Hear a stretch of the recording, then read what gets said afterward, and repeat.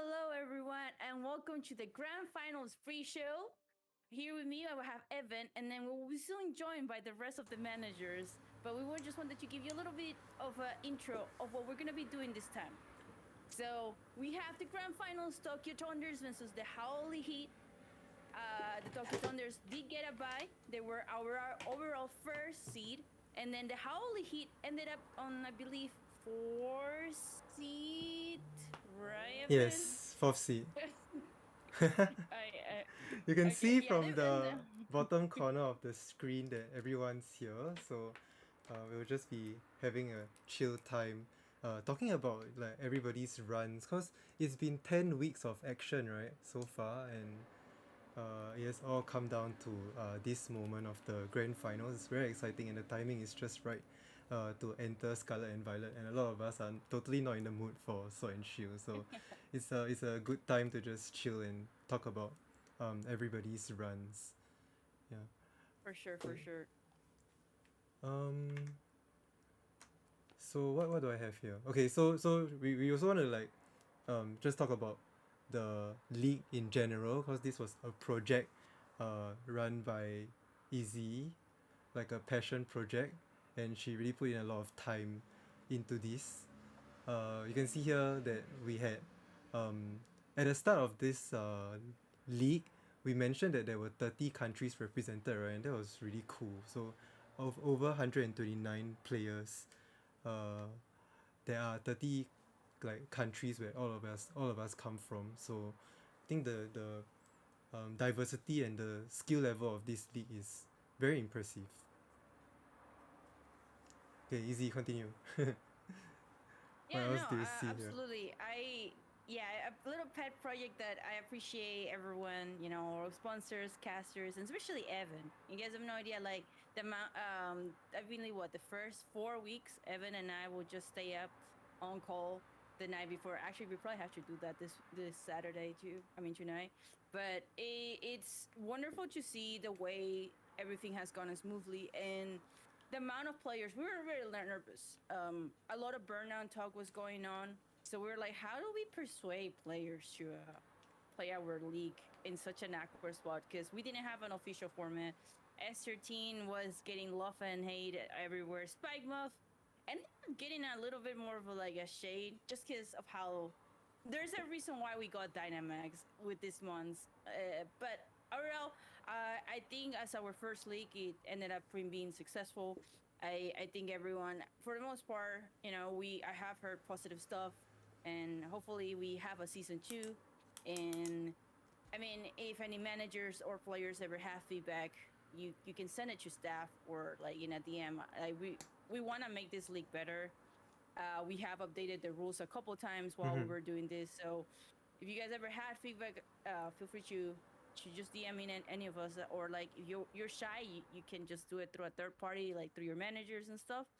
But yeah, and I think something I want to point out is that between the Thunders and Heat, there's a bittersweetness because these two teams actually face each other on week one, and they're facing each other in finals. Mhm. So in a way, and I believe they were also the first team we had the results that week. So it's kind of like we started with the Thunders and Heat, and now we have we ending it with them. So it's kind of like a sweet deal. Yeah, that sounds really cool. So just continue the slides here. There are 10 weeks of play. I got the numbers wrong for Spike Murph and Series 13. These are the number of teams that come out from the game. So you have to divide it by 2. So out of 259 matches for the whole league, there were 193 Spike Murph matches and 66 Series 13 matches. So it was an interesting endeavor during this um, downtime, right? To try and get everyone to play different formats. And I think overall it was quite smooth, right? Because people just had a good time, team building, uh, and like for example, Gahaku really enjoyed Series 13 very much.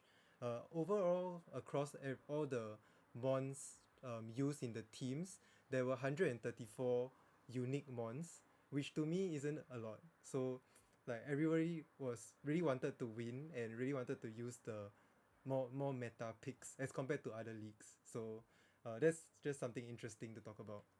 Then these are like the overall Spikemurf stats. I will put it on the spreadsheet, yeah, one day. But overall, I just feel like this league just similar to the VR World Cup. VR World Cup won Explode Series 10, right? And that was a very nice place to get stats from. And then the World Cup 2 Explode Series 12. And then for us, we are so unique whereby we can explore both Spikemurf and um, Series 13 together. So the mons here look like super normal, and then all the win rates are about 50% because there are sometimes where mons where they fight each other, or just typically you just get wins and get losses. So none of these mons really stick out a lot. There were a few like 70% win rate mons like Ho-Oh and Suicune, and that's about it. Yeah. So these are the Series 13 stats. And the numbers on the left, I'll go through that a little bit later. Series 13, yeah, you see, it's just Zacian, Kyogre, Groudon. In sync. Station Kyogre! Station Kyogre! Will easy Station Kyogre! will you miss Swordfish? Just a little. Just a little. It's Okay, okay. so if you guys want to look at the stats, just pause at the screen. Then, yeah, if you're watching from YouTube. So this is where we have come to. Like Izzy mentioned earlier, the Thunders got a bye and they are number one seed, so they're always at the top on the left on our slides. And then Haoli Heat made a very good run. Oh, they were third seed. That means See, I was they were like, I this see, I close. confused both. Okay. Yeah, so they Yeah. were this close to going to second seed if they won a few more games over the Strikers. But they won the Strikers in the top four to get to the finals. So this is them again. And then this is just the win rate where you can see that the Haoli Heat played one more week over the Thunders. Yeah, I do Uh, want to mention though that the Heat only lost the first week, okay? While the Thunders did lose 2 weeks versus the Lunala Dreamers and the Strikers. The true, true. Howl Heat only lost the first week, and then they just went on brr brr brr, brr mode after. So a big, you know, losing that first week always is tough, but then just coming back and not having a single loss since then. And the loss was to Thunders in season one, but I mean on week one. So it's kind of really nice to see. And yeah, if they had just had, I believe, one or two matches ahead of Strikers, they would have gotten the bye too, because they were it ended up being a battle record that ended up getting Strikers the second seed. Okay, I think this is a good opportunity to introduce everyone here. So you can see at the bottom corner of the screen, it might be a little bit small. From the Thunders, we have the managers, Apron, CML, and Helios. Oh, they are just in order, but it's basically alphabetical order. So I'm like in between. Maybe I'm part of the Thunders now. Then the two people at the bottom are from Haoli Heat, Kiriaku and Weevo.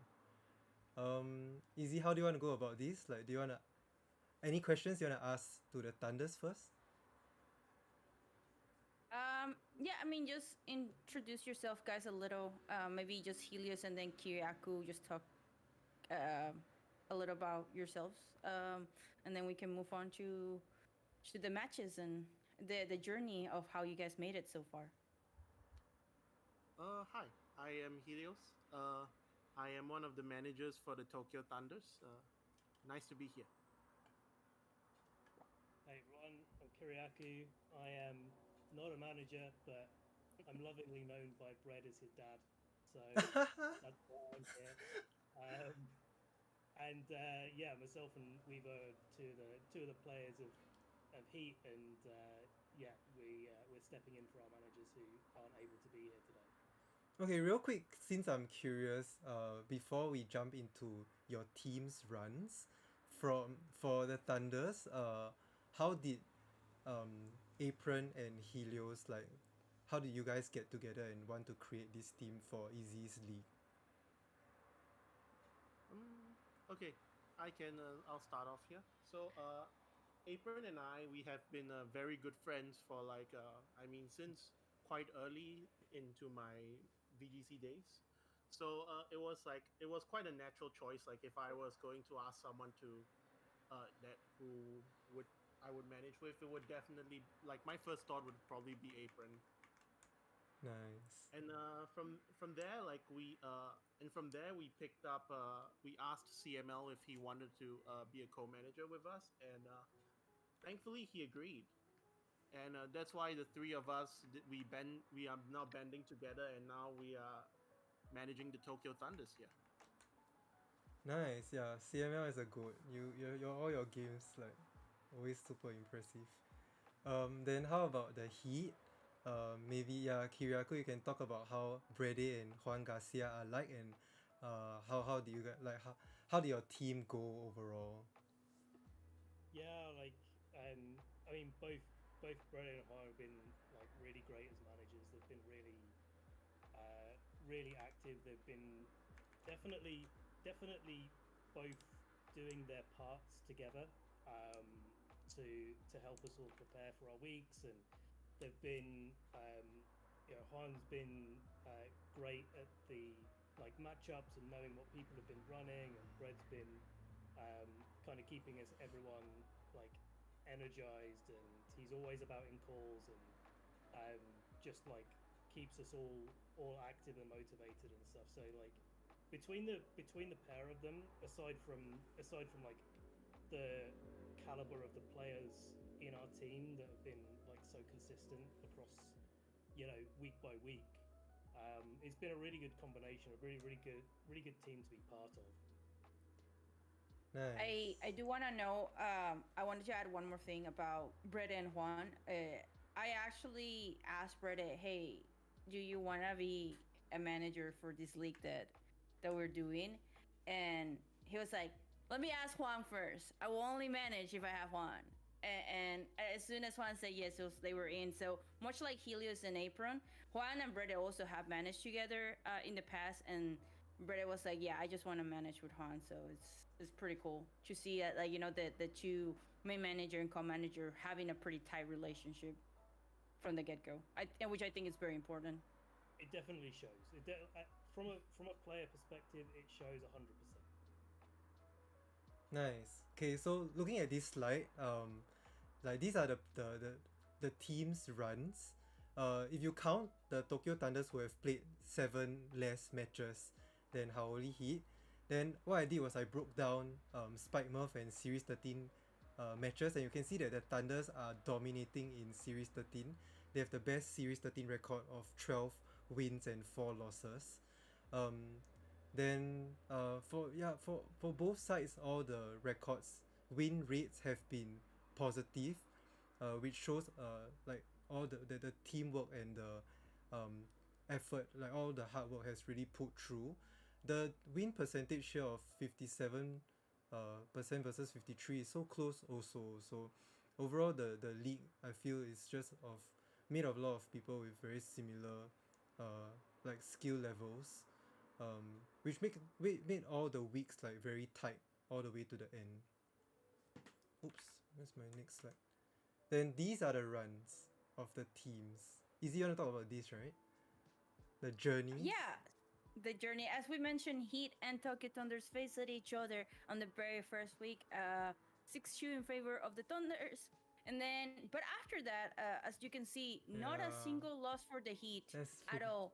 so He impressive. been winning pretty and or tying versus the Colossus and the Coppers, which is pretty impressive given the fact that as I mentioned, the Colossus actually they had to do a reverse sweep to tie it up. Colossal were 3-0 at the start, and then they just kept coming back. And then same with the Coppers. The Coppers actually ended up fighting it back to tie it, which is pretty much what cost the Heat the second seed, unfortunately. But otherwise, I mean, starting from a 2-6, going all the way, like, I mean, 6-2 the next week, 5-3 the 2-5-3s, especially against the Celtics of Charcoal, who are by far, were ranked first, very strong players in general. That was actually really nice to see. And I think it's just the journey shows like, hey, they changed their rosters a lot, especially the S13 slots. I was noticing that, and the roster they play from week one to week six. I mean, to the finals, so much different. Like they found what it is. And then on the other side, Tokyo Thunders. I mean, they got their first win. How do you really close 3-5? Actually, the matches, even though the record doesn't show, is still it was still pretty close. There was like a 1-2 turn that pretty much gave the favor into the strikers. Then they also actually, funnily enough, same record as the Heat, 5-3 against the Torgos, a Colossus 6-2, and then the Lunala Dream Meters one was probably the toughest loss they faced. But after that, partially they were already secure for playoffs at that point. But the fact that they were able to get to first seed after like two losses, it's pretty impressive because they did have to depend on the Heat and the Lunala Dreamers to get that first seed. They did their job. They won 7-1 against the Lowland Arakunas. You get it, so they get the bye. And then the Celtics story, it was a back and forth game. It went all the way to Game 7.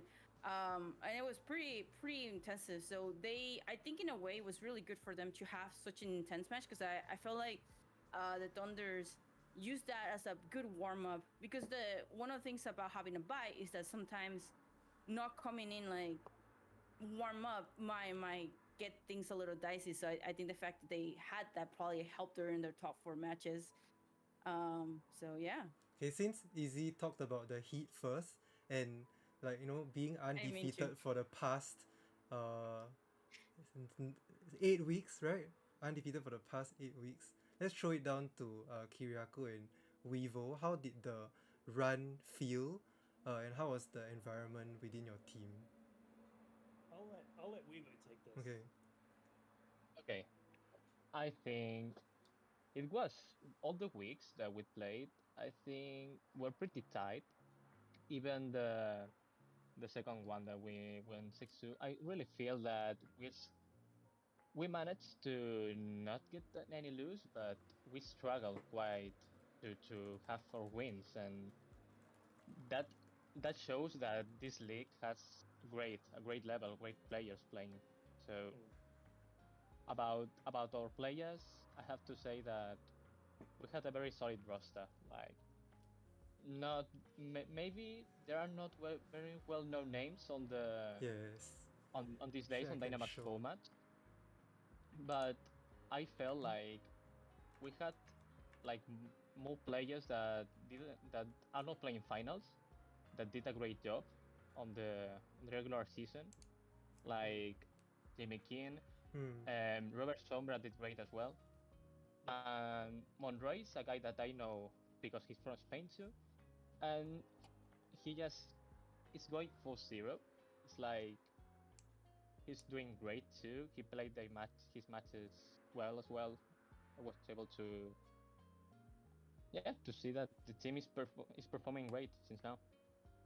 Yeah, I Nice. think like everyone in the team worked really well together. We shared Yeah, a lot of teams and ideas, and I feel like the level of activity that we had was consistent right from week one. And like even after losing to the Thunders week one, we were like, damn, right, okay, let's go. And everybody pulled together and just kept it going. And again, like I said, the managers helped a lot, but the players that we have and everybody in the team was a real part of that. Um, Especially because like our roster is mostly European, so most of us are awake at the same time, Oh.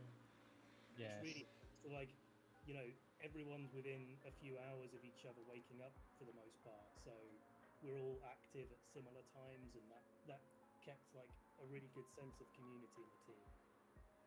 yeah, and we have as well like pretty well groups that we share info between each other for sure because we're on the same team. But we had like an Spanish call and UK like center call, so that's a good way to have more exchange of information and interact between each other.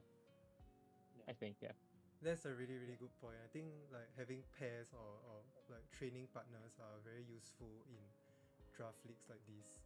Easy, do you have anything to add? Yeah. Then we'll move on to the Thunders. I just want to say I told he and they like teasing me. I was like, look, guys, you're a team of friends, and being like the joke was I actually thought Gio was in the UK, by the way, or like Europe. So my bad, Gio.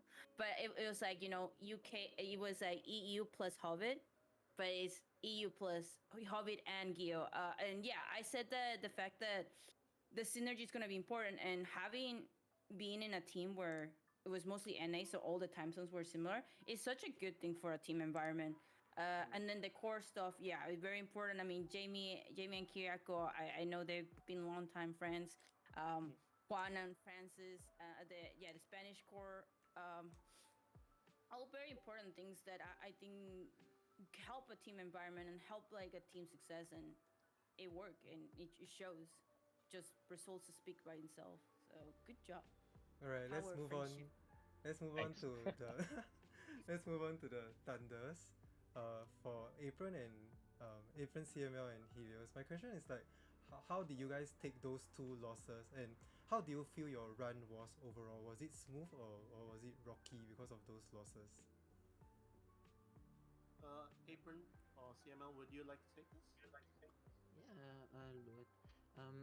It wasn't too bad.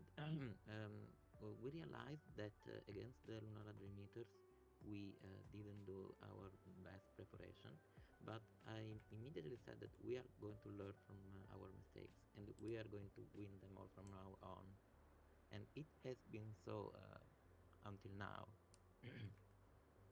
Yeah, So, yeah, I wasn't too worried. I was very confident that mm, it was an opportunity for learning. Nice. How about Apron? yeah. So the Sunsteel Strikers loss was kind of unfortunate, if I remember correctly. Like, uh, yeah, some turns went wrong, and yeah, it just felt Yeah, it like was a bit super unfortunate. close, and we could have won it, but we our wins felt really good. Like a lot of our players clutched it out, and yeah, I'm very proud of their performance. Uh, yeah, especially like our top players, so like Gahaku, CML, Sileyin, like especially Gahaku, because initially we hadn't even planned on drafting him. We were just upbidding, and then we ended up Uh-huh. getting him, and he ended up being league MVP. So yeah, lucky accident, I guess. Helios, do you have anything to add? And like any members of the teams that you want to shout out that didn't play in the finals also? Honestly, like if I had to shout out someone, like it would like I would like to shout out two peoples, like Zupito. Zupito is someone who originally was not super active, but towards the end of the season he started contributing a lot to the team, and he definitely showed up in his prep. So he has had a very good performance in the weeks he has played. As you can see, he is currently 3-0, and I'm excited to see how he performs in the finals. The other person I'd like to shout out is Aldrich, because Aldrich is always there in the chat. He's always saying "Good morning, gamers." Like always keeping the chat active. Like, and that I think is a huge part of what makes a draft league team like. I mean, more so like a keeping things cool between all of the players, as like there's someone to like just alleviate the mood, like when things are down, like there's someone to bring the mood up. I think that is very important in the draft league team, and I think he did help us recover from some of the losses from what he did. Nice shout. Actually, I thought it was a good opportunity to go into the first light. Oh no, I thought the first light was Zupito. Yeah. Okay, so No, let's Gahaku just play move on. first. Yeah, because Gahaku is the first player to play for the finals, right? Yes, Easy. that Do you is want? correct. Oh, let me go through the. Let me show you the lineup first. I guess as a quick Refresher. preface. Yeah, there we go. All right. So yeah, this is our grand final lineup, and it's actually ordered by how the schedule is gonna be play out. So we start with Gahaku and Francis. And another note to say this is this lineup, while for the Donders is mostly similar, It's completely different for the Heat.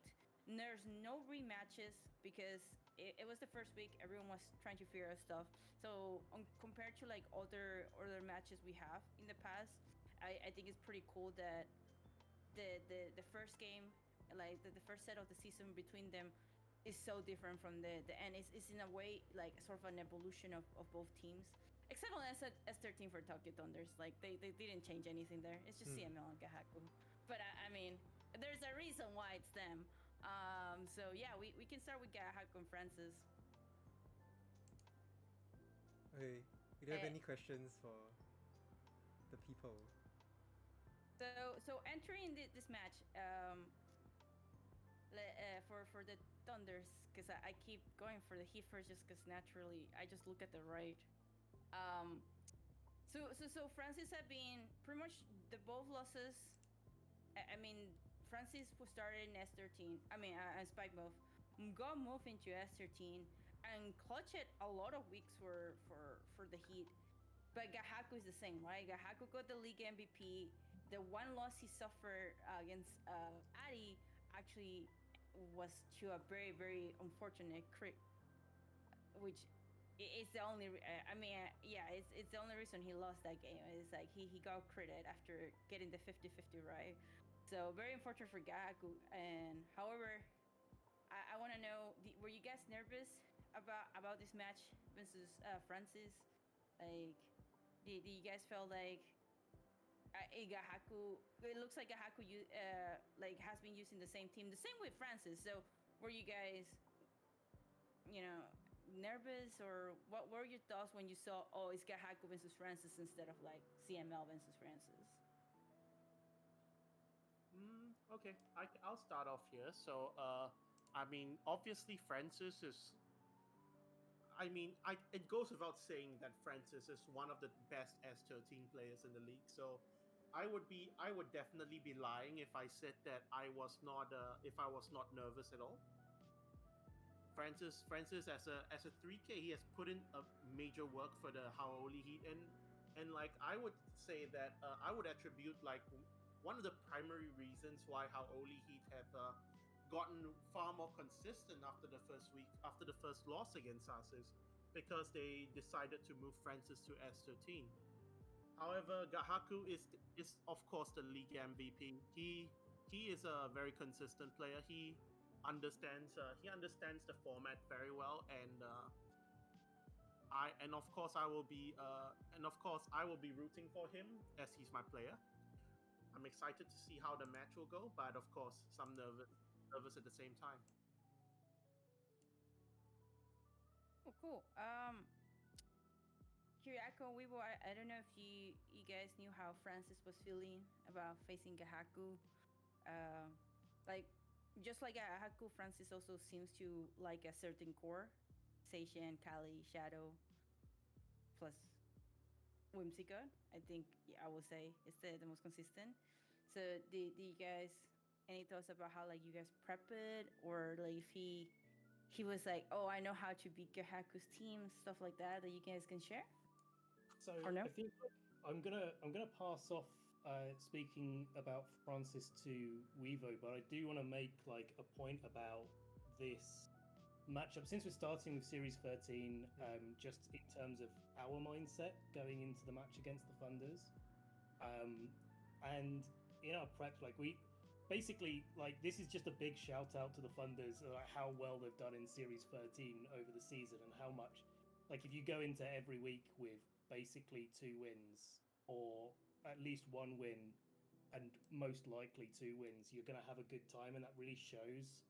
So like shout outs to the consistency of the Funders there.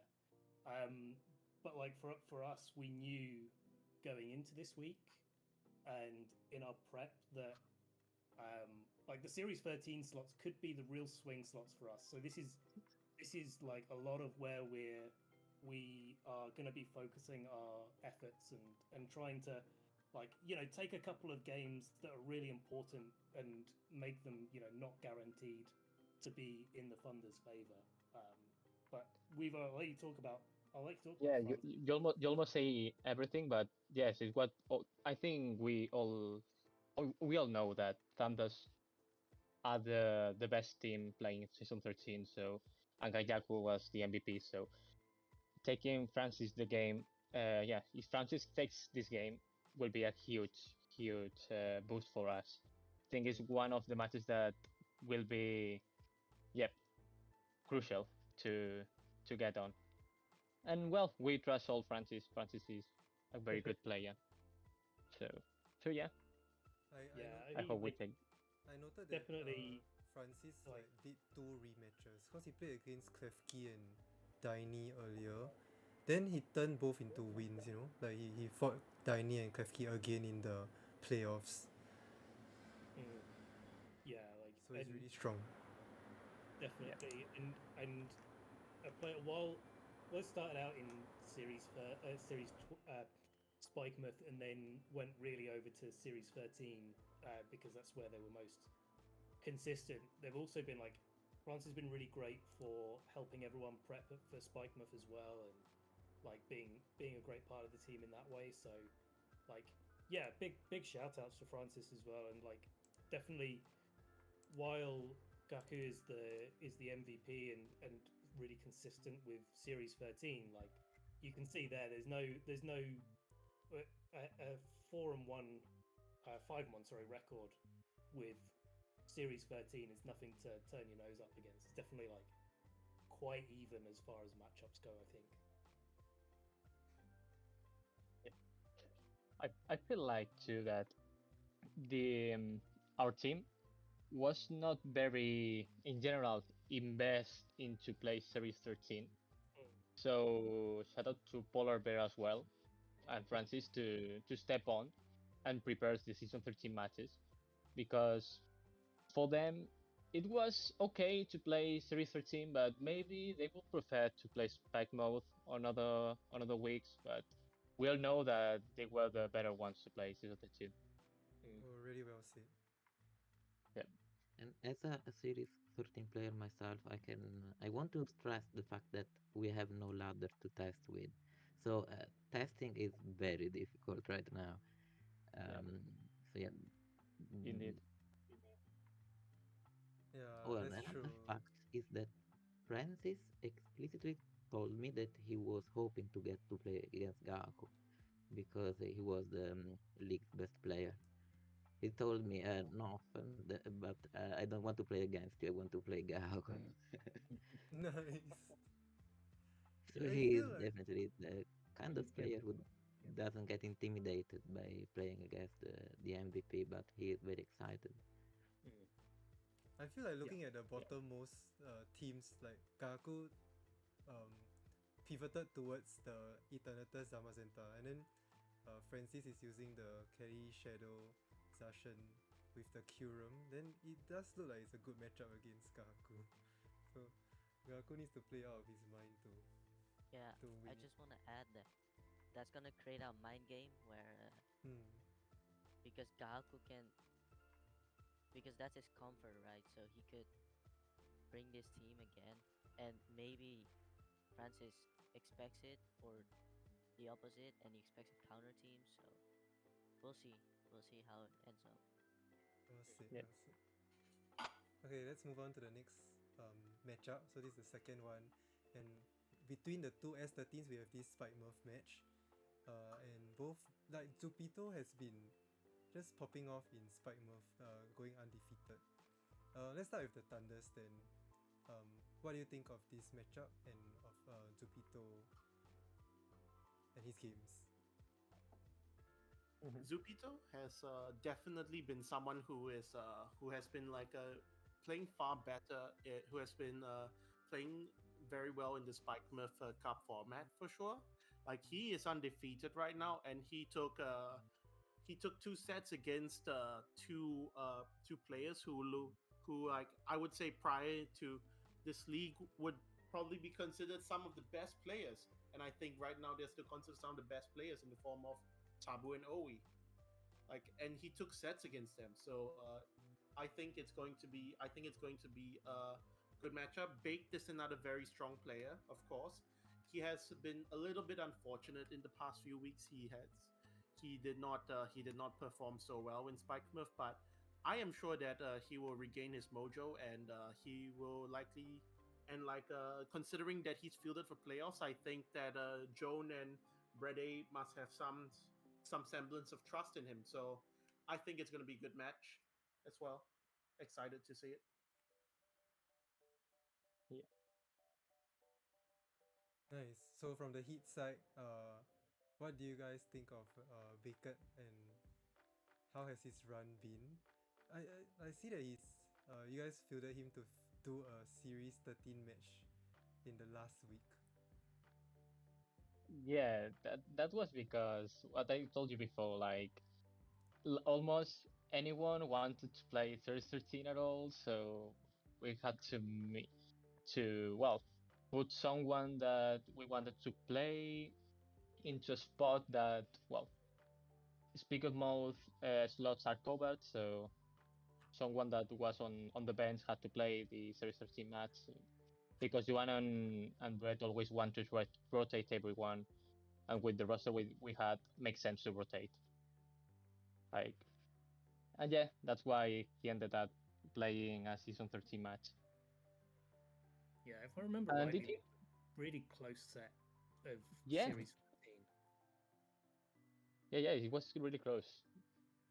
Um, but And yeah, well, like Baked is our resident German, which is yeah, it's like it's nice to have people from different communities in a team because you get like different tendencies, you get different play styles, you get access to more like teams and what people are building in their friendship groups, like from different places. So Baked was really great to have in the team from that perspective, and did a lot of work in helping like everyone prep for Spikemuth. Was really active for most of it, and even though Bake didn't play for the wild card in the top fours, they were still about and still like helping everyone prep, and just yeah, like needed I think a little bit of a break before coming back for the finals. So like we're really happy to have Baked back because they're a really consistent, like strong, solid player, and I think that's one of the things that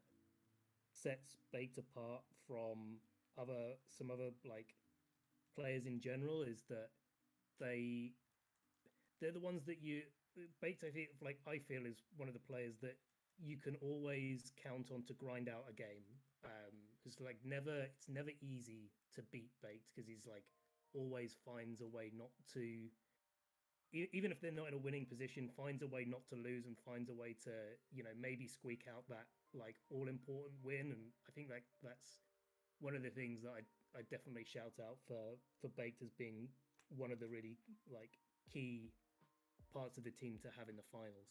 yeah, I agree. And one more thing about Bake, the funny thing is that the team that he used on week 1 and week 3, Yes.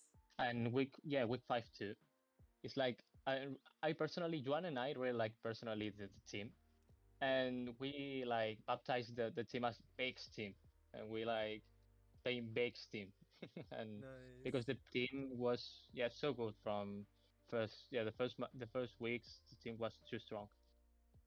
Yeah, Kamikaza says that quite a bit too. And I think it's interesting to see both players like play styles here on this chart where Big always has that like speed control option. Whereas Jupito like usually tends to bring more good stuff mons. So it's an Yep. interesting matchup. Jupito's like uh top 4 game against OE is really crazy. Like he's just able to Ninja! find his way Ninja! around. I've seen that match here. The heck. Okay, so let's move on to the next matchup, which is back to Series 13. So this is CML versus Polar Bear. CML so close to getting that MVP status, right? If if Gaku lost one more game, then there's a chance. So from Thunder's Yeah. side, how do you guys feel about this matchup? It makes sense for the Heat to feel Polar Bear, right? So how do you guys prepare for this?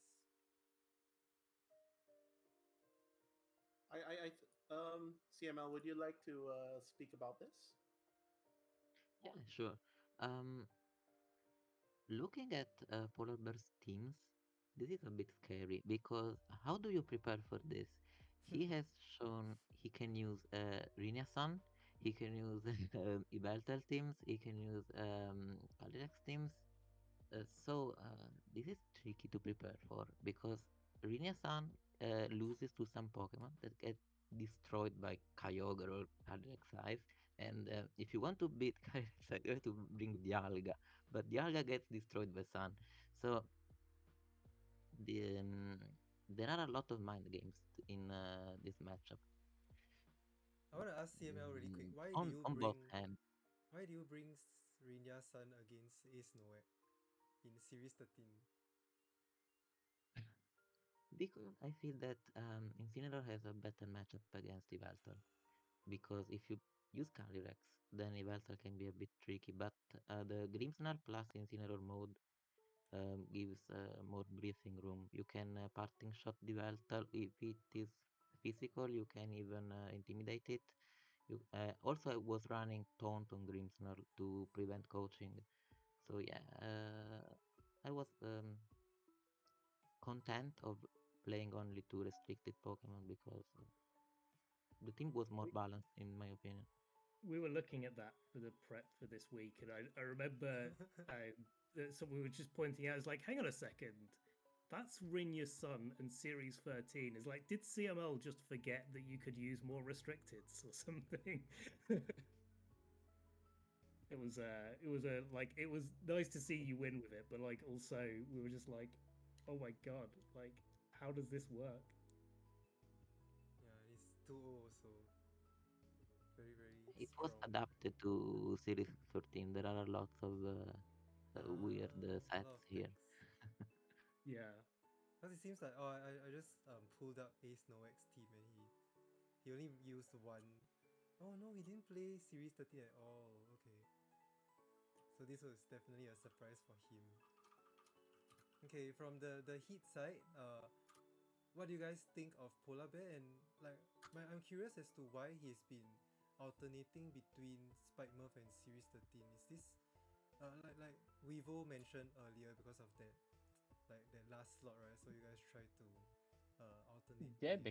because he was confident about playing Series 13 and he was Ah, performing well, so we keep in there. That's the secret makes sense. Yeah, behind. Polar Bear has been doing super well, Yeah, Yeah, and and he's like been I I purposely I bringing think the match different teams record too. doesn't do justice to him at all. Hmm. It no. he performed. True.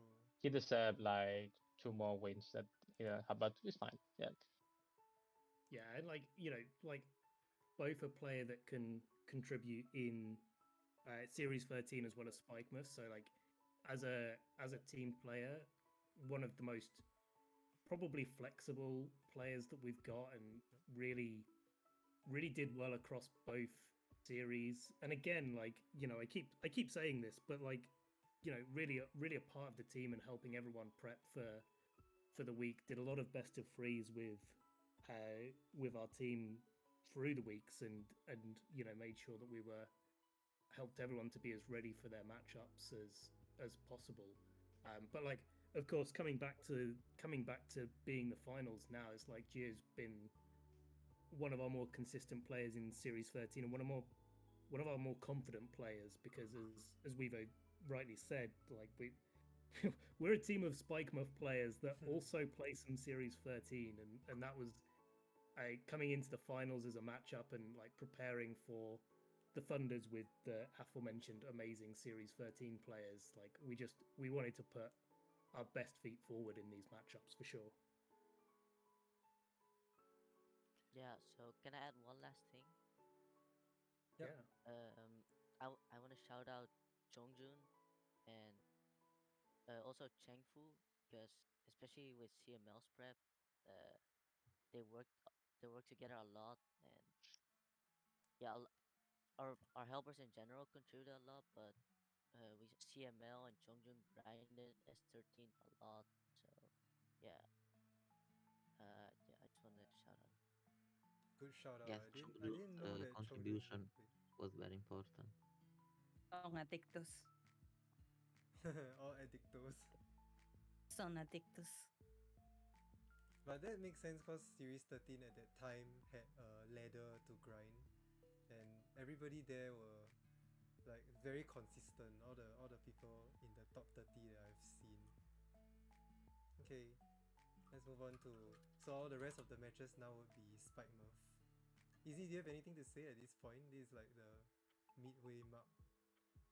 I want to say that the way the matchups work and the way it got scheduled, I thought was really cool. That probably, except for Kiriaku, the first three matches are probably and Silajin, like they both the Thunders and Heat played their strongest players. Like we mentioned, Francis, Bake, and Pullover, like and then Gahaku, the Supito and Simo, right? Like they started both the way it started is just like so fire because all of these matches are like one of the you call a carry potentially for the side. I mean, even though the Supito came in late, I mean you have Gahaku number one, CML number three, right? And then you have Francis, who's been their carry for S13 playing with number one. Beiki was doing pretty well too. And then Pullover, same thing, and playing against the second number one, like S13 from the Tokyo side. So I really like how it just ended up happening like that. I don't know if they meant to do it, but it was just really cool because seeing, I think it helps with the morale a lot when your top play, you know, the people in your team like you look up at you, or you know that they're, yeah, I mean Gahaku's a carry. Let's keep it on. It's like, and he if Gahaku gets a win or Francis get the win, like the team was like, let's go, like keep going. And morale in, especially in playoffs, is so important because you want to make sure if you have players that get nervous easily, don't enter the pressure, but you also have other players that especially I know Francis, like has handled from the MPA time to now doing more leagues. He handles pressure a lot better. So just being able to do that, starting that with these three matches, especially, I think it really helps out both sides, depending on how the results goes. I almost spoiled the results, by the way. This is so bad. No But spoilers. yeah, no spoilers. Trying very Okay, hard. let's move on to this matchup of Masa versus Monroy. Masa, I think being the only Japanese player in our league, right? How did it go? For you Gahaku guys in the is- Oh, tournament? what about Gahaku? Sorry. Oh my god! You Gahaku forgot is on a different Gahaku! level. Oh my god! But yes, it's just Masa and Gahaku. Who is Gahaku anyway? I mean, he's not really done very well in the league, has he? I mean, not a player to write home Wow. No. about. I've seen Masa like very periodically, not yeah. So how did it go with him and how was his run? I will say Masa is someone who is a very interesting pickup on our side because he is someone who is not only close to the Japanese community, he is also very close with the Chinese community. Because as a pickup, he made a lot of sense because he does have friends with in the Chinese community, and that was one of the main cause that we built the team round off. And apart from that, like Masa is probably, like, you can look at his teams, like he's probably one of the most unpredictable players in the league, I would say. Like Yes. you've seen stuff like Hydreigon, you've seen Gyarados before it got popularized with the past 13. Like you've seen like Goff and stuff like that. Like he is someone who is very unpredictable and probably a player who's going to be very tricky to prepare against, I would say. And so on that end, I thought that he was I and the other managers thought that Masa was a good pick for the final match, as I think he would cause a lot of headache for the opposing team. That's true. So from the Heat side, Monroy has been like clutching out win after win, so he's currently at 4 record.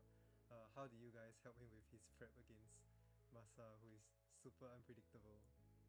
So the thing to know about Monroy, and you've got to really know this to see how stressful those 2-1s are, is that Monroy in all 4 matches has lost game 1. and then won the set. So Yeah, every single time Monroy comes back into the servers like, hey guys, sorry, I lost game one, but I won, so yay, go me.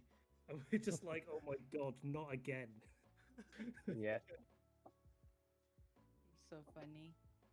yeah. But I think about Monroy. I know him because well, we played like few times in Spanish leagues with teams and stuff and that. And I know then that he's one of the better players of his team that he plays on Spain, and he's a pretty solid player. He's not as well known as maybe Tabu, Iker, or other players from Spain, but he's pretty solid playing. Like I wasn't worried for him to play losing game one because testing with him and playing against him, I've seen that he has a lot of mental to overcome games. So I was pretty confident with him. Yeah, So it's I agree. definitely like probably one of the higher value free. I mean, we've got a lot of free K picks on our team, but definitely one of the Yeah, higher value free K picks that we could have got for the team. And it's like with the Spanish core already in place, Monroy was a really strong part of that core, and as you can see, just like consistent stuff like the Rillaboom Urshifu, a fire type, and then three other Pokemon that rounded out the core, and playing teams that they're familiar with as a bit of a core, and then changing up based on the opponents that they're playing against, and being able to pilot that well enough because they've got familiarity there is really valuable. And two wins in the top cut with the wild cut in the top four already as well. Like a nice little win streak going on, and that gives us, I think, like momentum going into the finals as a player to pitch to go against the funders for sure. sure. well said, yeah. So this 100%. will be comfort versus someone who's very creative and building crazy teams. Okay, let's move on to the next matchup. So this is Kiriaku versus Daniele. Daniele had a bit of a shaky like run, but then I thought all his games were very close because I believe a few were on stream. So They were. He was yeah, There's a running joke about that he's just very unlucky mm, on. He got super unlucky versus Warhian and Angelo Hunter, and they both were stream gays. And I was like, so felt so guilty. I was like, Daniel. Yeah, he was. I especially have. I mean, and there's obviously, I always said it. Thunder's. I'm a little biased here, Thunder, especially because a lot of the players. Danielle was also one of my players in NPA, so I was like, every time I watched the stream and then Danielle got hacks, I felt so bad. I was like, I'm so sorry, Danielle. So, but I do know he's been playing a lot of car tours. He actually just qualified for the Rose Tower last minute qualifier. So he's trying to get that for this card game. He's trying to get his luck out. yeah. So for the Thunders, how did you guys help him with his prep? Do any of you guys want to go? Okay, yeah. So as you can see, he kind of uses the same. Like he has a very clear comfort, but um, yeah, it's known to work. But we saw last week that he got counter teamed by Dark George, and Oh. so yeah, we'll be doing something about that in order to avoid such thing happening. And yeah, I'm just looking forward to the match because Kiriaku is a very consistent player. As you can see, he's a 4-1 record, and yeah, it's gonna be a great match in general. Yeah, looking forward to it. Yeah, I wonder if this match will go to timer. And for Kiriaku, I know that you love non-Dynamax formats. How did your prep go? Yeah, like okay, so for me this week, I found it quite difficult to prep against Danielle because so I have not played that much Pokemon over the last few years because it's been restricted Pokemon and Dynamax, and those are two things that like I just don't get on with as a player. It's just not my thing. So I was really excited when Spikemuth came about, and really excited to play again. And Brad, I remember messaging me being like, "Oh, do you want to play in SCL and yeah, there's Spikemuth stuff?" And I was like, "Yeah, let's do it. Let's play some non-Dynamax stuff." And like for me, I've been really happy to be able to like be a good like consistent part of the team, and really pleased with the record so far.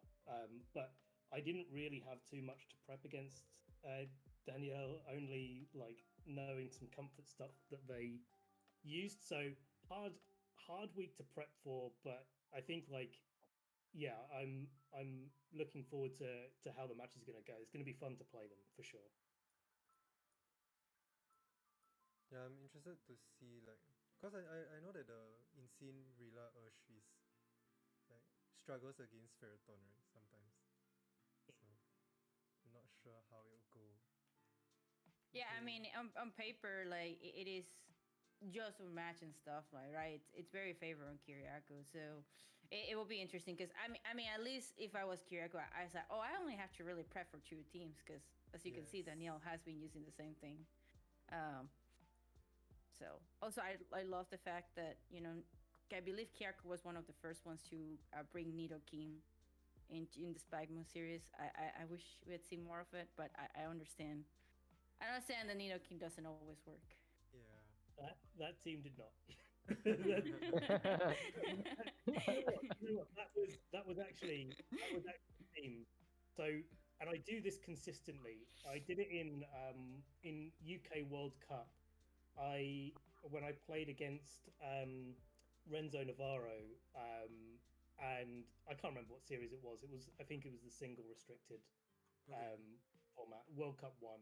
Series 10. Uh, and I top 10 the showdown ladder, and then got absolutely destroyed by Renzo, like 10 turns or something like that. The match was over. And against Ray, I had the same sort of thing. Like that team, I laddered with up to like top 20, top 15 on the ladder. And then I go up against Ray, and it's like, oh, I forgot how to play Pokemon. But It I didn't have go. to say that you take a rest for that. You Yeah, were training and preparing, and you came out with a very nice team, a very good winning streak. So I'm yeah, happy definitely. for that. Yeah, strong opponents in the end, and I was really happy to take those wins for sure. Yep. Sure. Okay, so this is our second last match, and this is Silein versus Certain Light. This is a very interesting contrast because Silein was drafted to play in every week for the Thunders, and then from Certain Light only played 2 weeks. And it's interesting that Howley Heat drafted Certain Light for the finals. So let's start with the Thunders. Um, what do you guys feel about Silein's consistent performance? Because he was such a good contender to be MVP as well. I'm not sure if this is a very known fact about Silein, but one of the reasons why I had a lot of faith in Silein in this format is because I heard from people such as Setsuku before, quite a while before this draft. Like, this is during the Smogon League days. Like, I was asking him about Silein, and apparently this was a player who qualified for the Team China qualifiers.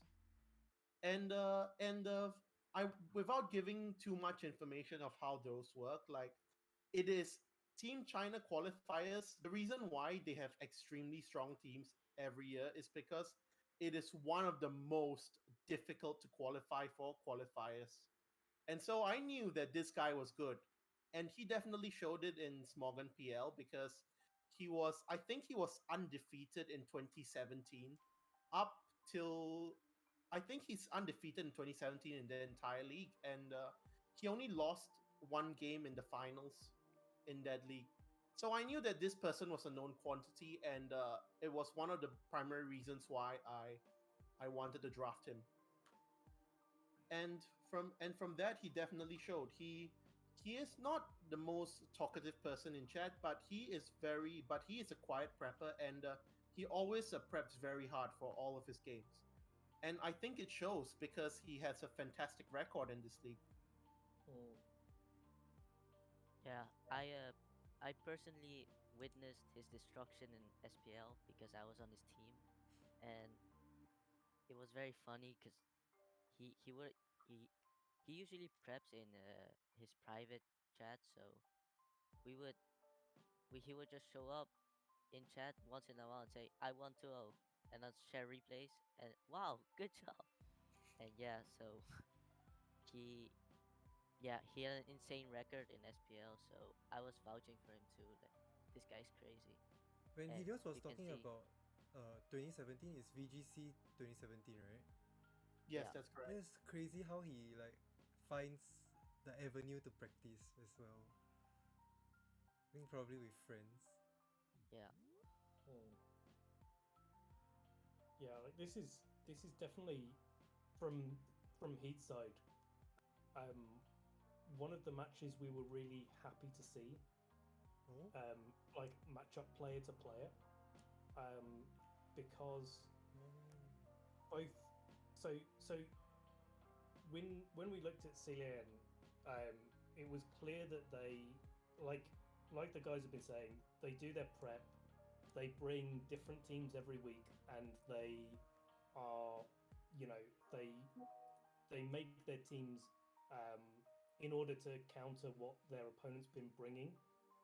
That's what we thought when we were looking at it, and certain like Sam hasn't been playing for us for most of the weeks, and that's only really to do with his own commitments in real life rather than anything to do with record or whatever. He's been jumping in when he can be, but Certain Light and I have been playing for together since 2012, Mm. um, and they're a very very experienced player in VGC formats that don't have Dynamax, and played a lot of different formats. We've played a lot of them together and been working together for the last 10 years. Um, they are a player that um, always finds a way to get a win, and is very very hard. If you put Certain Light on the back foot in any way, shape, or form, that's when he's at his most like dangerous, because he will just keep finding ways to dig his heels in and get a position and find a way to get a win. So the combination of not having a lot of information to that Celian can use against us, as well as knowing how Sam plays, and how consistent they can be, especially with a good team behind them, was something we're really happy to have in our favor. Yep. Nice. Super good points. Okay, let's move on to the last matchup. So this is Livy, or we know him as MoMA, versus Weevo. I think, and what's funny is that Lily is during the draft he got super expensive, but it was not that necessary. Right? It's just between Thunders and the Colossals, and then I, you I, put. I, I even at the tangent that I think on his on his Uh-huh. he added something like cheap pick or something, and Oh, then that's like what you said. Oh, yeah, yeah, yeah. oh my god, he said I'm So cheap. That's all. yeah. Exactly. That's the funniest part. And then going up against Bargain. Weevil, whom Bargain. the Heat have picked up for 3K. Let's start with the Heat first then, because Weevil, you've played a lot of games for the Heat. So how do you feel prepping for this match, and how did your run go in general? I feel really great. I really love to play non-Dynamax formats. I really don't like Dynamax at all, so I was pretty happy to play Speak Mode. I was happy to, well, Juan and Brett. trust me for playing week one because I don't play that much online. So like anyone, just Joanna, maybe Brett knows me, but the rest of the team didn't know me. So that's fine to get my first weeks to win. To just well, to the team see that I can perform at the same level as them. Hmm. And well, about my matches, I really like the matches. I really like the opponents that I face.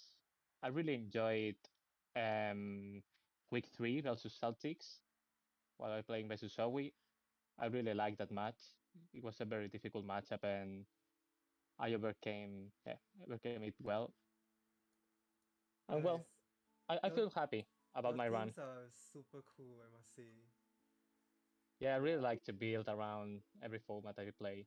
So yeah, it's like real shout out here to Wevo. So like on two levels, and the first is like you're always team building and suggesting ideas and like, hey, what about this? And oh, I was thinking about using that, and um, like I thought that was really like for me that was really great as a teammate, but also like it was really useful within the team as well, to share new ideas, especially in a format that hasn't by any stretch been solved. There's a lot of thinking, a lot of teams left to go within Spike Math if it carried on. Um, but also, as I said to you today, yeah, when we were doing some practice prep, um, Wevo is someone that I valued quite highly for my own preparation, being like as a great player to play against to get me into the mindset of playing a match because Wevo doesn't let me be bad. Like if I turn off and while I'm prepping and just sort of click buttons on Showdown, Wevo beats me every time. And for me that's been like so useful to be able to have a great sparring partner to be like, oh wait, no, yeah, no, I need to think here because this can go wrong and that can go wrong. That's been really helpful. yeah. The funny thing about well playing this league is that I never expected to be playing like that much matches. I was like telling Juan to well, Juan told me to join the team if it's possible to draft me for almost helping everyone to prepare and team build. I wasn't expecting to play that well that much games, but if I keep winning, I keep playing. I think so. That's the thing. Nice. And yeah, yeah. That's And well, yep, okay. So let's go move over to the Thunder side. I noticed Moma really likes to use Swine towards the end. How yeah. has his run been, and how you guys how have you guys been prepping? Okay, so I actually before the draft I'd never heard of MoMA, and but Helios kept telling me like this guy is the best. He's like we have to get him and stuff. Obviously, I'm gonna completely trust my co-manager if he's talking like that. And then I think in between week 1 and 2, he wins like Rose Tower, and Yes. I'm like this guy's insane. So yeah, no regrets. And um yeah, if we're talking about prep, Wevo is you can see like his team. Uh, there, he just uses a lot of different Pokemon. So uh, we'll see because we can't expect anything. We can't expect anything. It's gonna be tough. Yeah, like if it comes down to the last game, then this is gonna be very close, right? The pressure is gonna be on for both players. Yeah, I'm looking forward to play this game. Yeah. Okay, easy. That's all the players we have, and for I think for the managers first, for the managers and players, do you guys have any closing thoughts on your team's run, yeah, and how you guys feel about the finals? Go for it, Thunders. All right. I'll start off here. Like I thought that I am so impressed by how everyone has performed so far. This is one of the best draft league experiences that I've ever had, and everyone has been, and it is mostly due to everyone working so hard for their matches, and you could clearly see it in their prep channels. Like they have been working themselves off. They've been grinding ladder. They've been playing some best of threes with one another, and it definitely shows in the score lines, as I think that we have had one of the best scores in the league. It is something that I will it is something that will be in my memory for a while, for sure. Yeah, and special shout outs to Helios and CML. Helios been yeah, probably like the best co-manager I could have ever asked for. Uh, he puts in so much work, and he's the nicest guy. Yeah, he's the best could ask for. And CML, uh, we're former teammates on Samurai, so I knew him and I know how good he was. So yeah, he's been amazing. Yeah. CML Thank has you. also Yeah, has al- yeah. CML Helios has is also work. Oh, yeah. sorry. Ah, You can go. all right. I just want to shout out CML. He has been a huge part of helping out in the preparation in the past few weeks, and I think he definitely has spotted out a lot of things that I was not able to, and I think it definitely came up clutch in some of the games, in such as in the semifinals against Tokos, and I'm sure some of his insights will be very helpful in the finals as well. Yeah. I did my best to help the team in any way I could. Helios's work was insane. Uh, I, I'm not sure about his time zone, but I think that he stayed up late very often to help the team, and yeah, the amount of work about scouting that he did, yeah, it was unbelievable. I did my best to help him, but yeah, there wasn't even need to do so. Um, I am very proud about the whole team. If you entered our Discord server, it wouldn't even look like a draft league server. It's so active. It looks like I don't know a community. That's And so cool. since day one, I knew that we were going to the finals. The moment the server was created and there was so much activity, it was unbelievable. I knew that we had done a great job with the draft. Nice. That's really cool to see. Easy, anything to add for the Thunders? I know you're in their server.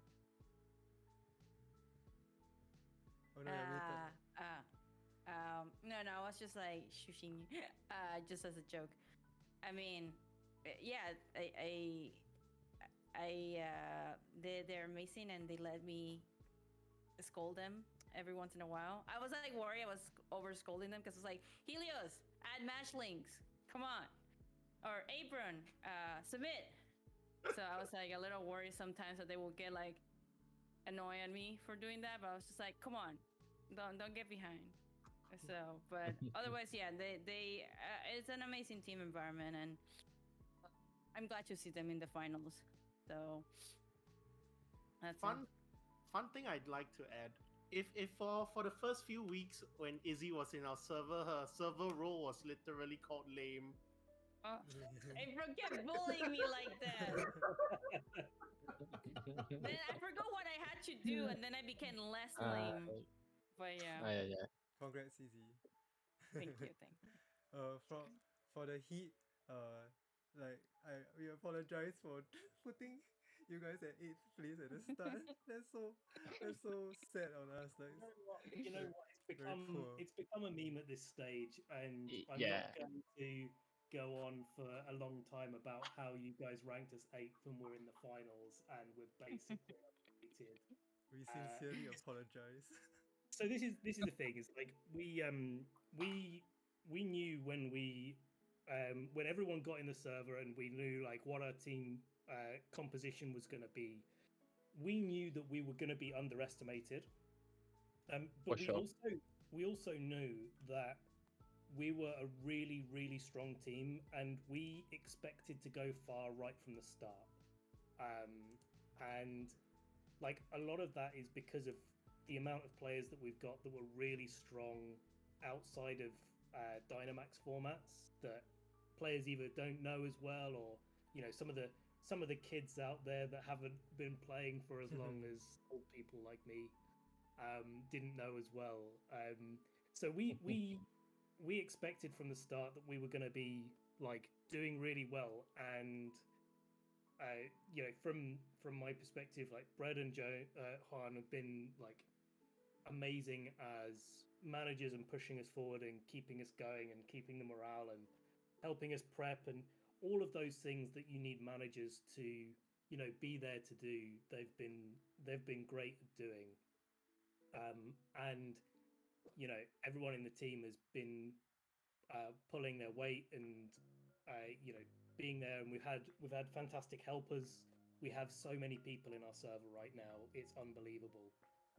Like as soon as we got to playoffs, like just the floodgates opened and everyone poured in, and they've all been amazing for like helping us prep for the playoffs and onwards. So like there's too many shout outs to anyone individually, but like it's just been, as far as team tours go, it's been one of the best that I've been a part of, and I've really enjoyed every minute with everyone in the team. They've been absolutely fantastic.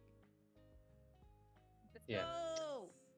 It's so nice to hear all these words from you guys. Then, like, cause we put in so much hard work for the league, and you guys really reciprocated with your version of the hard work that you put in. So yeah, as one of the Thank you. organizers, I'm very happy to hear this. And like the other teams as well, like you can totally see that they've been putting in work as well. So yeah, I really think going back to Thunders and the Heat, you guys really deserve to be in this grand final spot, and also deserve to earn a little bit of pocket money, for the time in the league. And like in this downtime, quite a lot of people like might experience burnout, but then you guys were really the goats and have been practicing so hard and playing and prepping so hard and scouting and all these. So yeah, thanks for participating and playing. Just before we go too much further, Wevo, did you want to make any shout outs for the team? For sure, for sure. I would shout out everyone because I think this team doesn't have like top players that I well know, but the the team is so consistent that I have to shout out to Jamie King and Robert Sombra because they did it great. They did it great, and they deserve a spot on the final roster. But well, they're great players. Especially well, I'm fan of Robert Sombra, and I've seen his run, and he faced a lot of great players that anyone was expecting Robert to win. And well, here he is, yeah, with 4-1. He did great, great. And well, same that Ben says, like everyone stays very proactive. The helpers was helping much too. The server was and is very active right now, so with a lot of stuff. So I'm very happy to be part of this league and this team.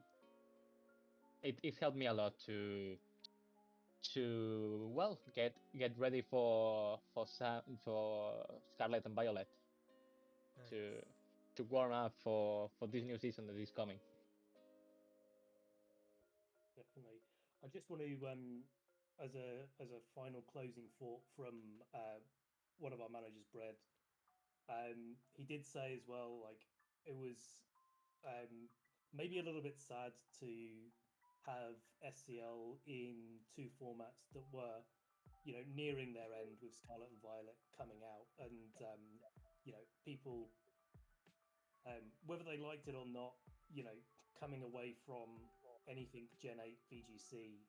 So he did say he's like really looking forward to what SCL is going to become, because you guys have done a really great job at getting it off the ground and getting lots of great people involved, and that's something that has so much potential and has so many places to go, and we really think that you guys have done an amazing job and have the next one is going to be so much bigger, so much better. I think it's going to be really great with you guys at the helm. On behalf of the Thanks. Tokyo Thunders, I'd like to echo what Kiriaku said. You guys have definitely done a fantastic job, and it's definitely going to be interesting to see how SCL progresses into the coming years. For sure. They're Keep it up, making us guys. blush. They're making us blush, Evan. Yeah, Easy is blushing a lot. It's like very obvious. Yeah, For me, well, you my can't hide specs are that red. smile on your face as well, Evan. My spectacles are red. That's You know, why. it's the Asian. It's the Asian in us. We just blush easily. I'm a bit of a sure. But thank you, guys. We appreciate this, especially because I said Evan and I put a lot of hours in this. So seeing it almost ending is bittersweet, and we're glad that the players and the managers have such positive feedback. So thank you. All right, Thank you. Evan, That's do you all have for this anything else? segment. Other? No, Yep. So this is it was very successful. Yay! yeah. So managers, players, uh, thank you so much for taking some time today and talking with us. Chat, do not go. We have an amazing May versus Hayden caster showdown happening pretty soon. We So can jump right in. stay tuned. So, or do you want to leave Yeah. or go to a different call? Or what? We can say, like I said, Apron, CML, Helios, Kirako, Weibo. You guys are free to go. Otherwise, you're just gonna like listen to us cast this game. Um, Yeah. but again, thank you so much, and yeah, we can just jump into the game, Evan. Robin is like looking at me, asking for food. So Yeah, it's been not too long. It hasn't been too long, so it's not yeah. too bad. Wait, let's see what we have. This is the matchup. Eh? Oh no! Oh no, you see. Hang on. That's- This one. This one. Okay. All right, so from Maeve and Hayden, if you guys don't know, Maeve is and Hayden are both two of our amazing casters. We have asked them to do a caster showdown to end the stream, just because all the casters also play. They've also been actually, casting a lot of Spike Murph, right? For yeah. Hatterin series as well. So that was where I got the idea from, and they were game enough to do it. So they couldn't play live, because if we played live, we could see their player cam reaction. So unfortunately, this is a recorded match, but the duration is very long, so we know that he went to game 3, so it's very exciting to see how it Yeah. plays out. Also, I want to point out, Brede just said, I've changed my mind. This is a Yeah, I fantastic saw that. send off from Gen 8. And I'm grateful for Ben, Weevo, Izzy, and Evan for this, but also Tokyo Thunders and the rest of SEL. Really appreciate it. As we have mentioned, we understand. But anyway, we are just jumping into the caster. Maeve and Sus Hayden, pretty much very similar teams. I mean, both of them have Regieleki and Incineroar. But Maeve looks more like a hard TR team. So we've seen a Regieleki and Naya Ligo from Hayden's side. Meanwhile, we have the P2 and Incineroar from Maeve's side. So we've seen, as mentioned, RTR for the most part for Maeve. Wouldn't be surprised if we just see a potential, fake out TR, because you can't stop this. Unless the Naya Ligo has TR, that would be pretty cool. But what do you think about this lead, Evan? Oh, that's true. I did my homework for Hayden's side. I tried to check her teams that she used before, and these ones are like kind of unique. She never used these ones before, so I wonder if she built this team for Spikemer. So it's quite interesting to see.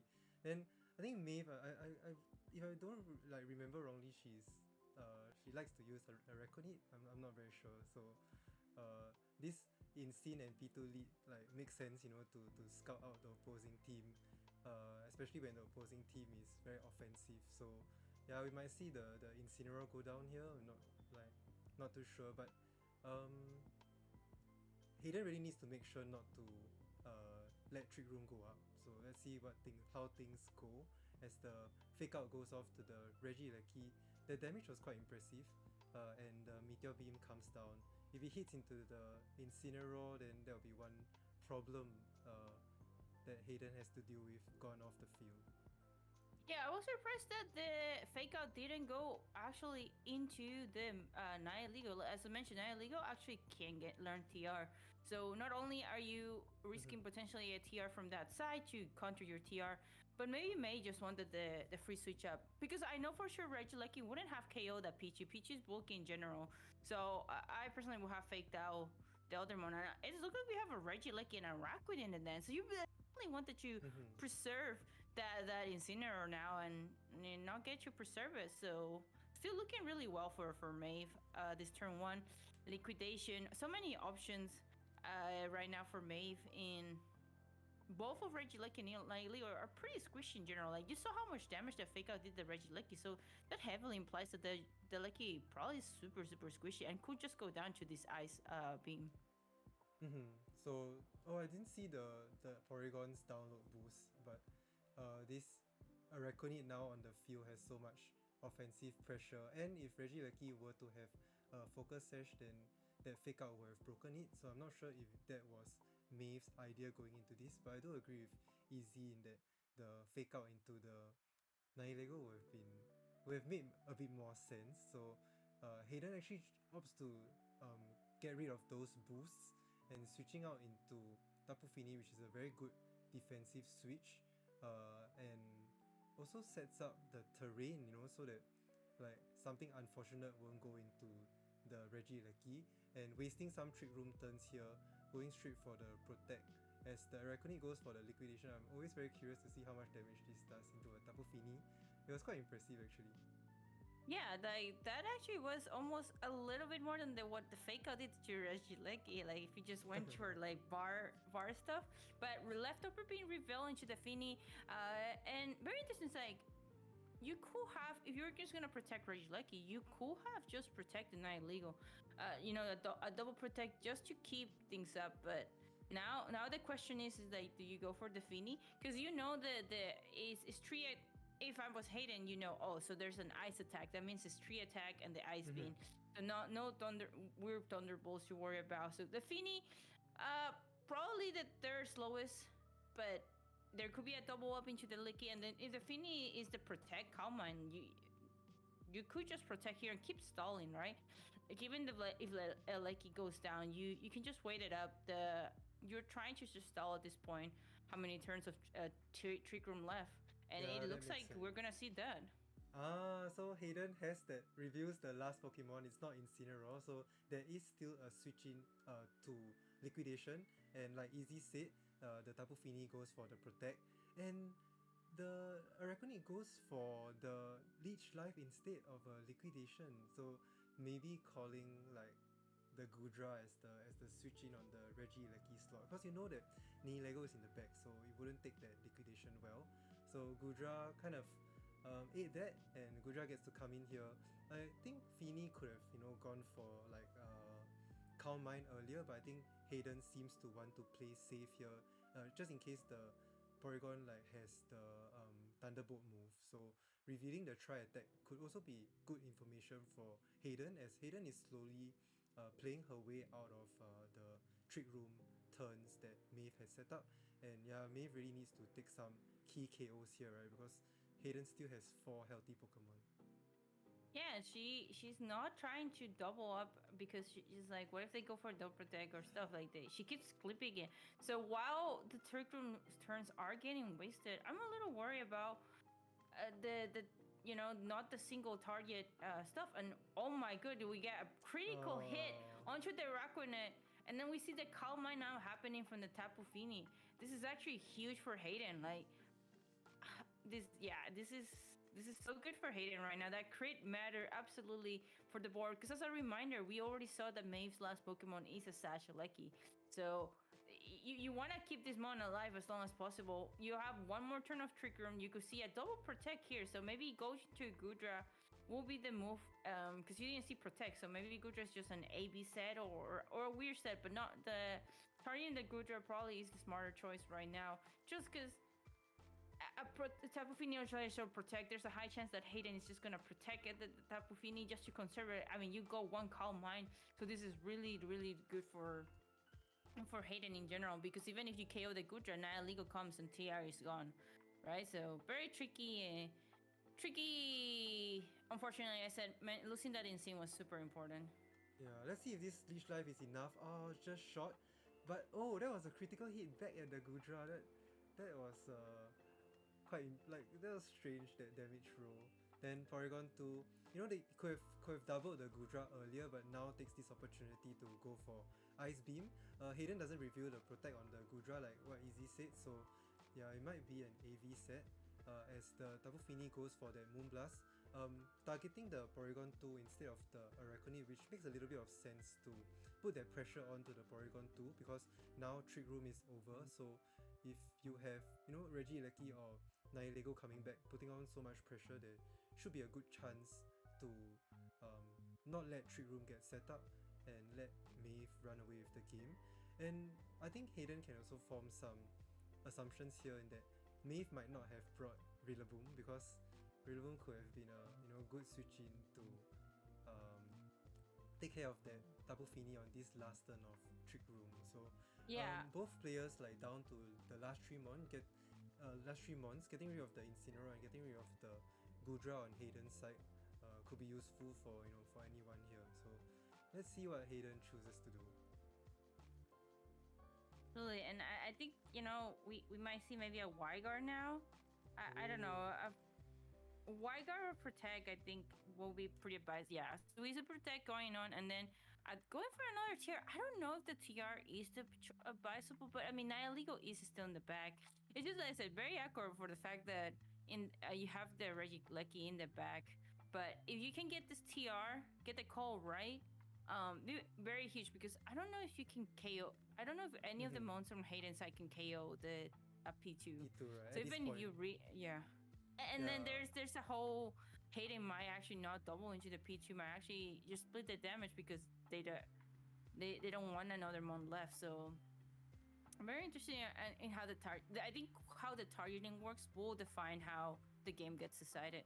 So knowing how Hayden plays, she should double into the P2, but this is what Maeve is doing, the hashtag trust play. You trust that the P2 survives and sets up the Trick Room. Oh, it survives at 7 HP. So man, the Tapu Fini is kind of weak. Like the one Calm Mind is not enough to put in enough damage onto the P2, and that could also hint to the P2 being very specially defensive, right, in terms of the training. So Hayden gets what she wants and refreshes the Trick Room turns, and now seems to be in a good, like very powerful position, because you get to like kind of guarantee attack into the Regieleki slot with liquidation now. Yeah, I mean Hayden could go a lot bolder, not double protect. Actually, go for a Calm Mind, because the P2 has to recover, right? So knowing that the P2 has to recover, you could just either double protect or dual protect Calm Mind.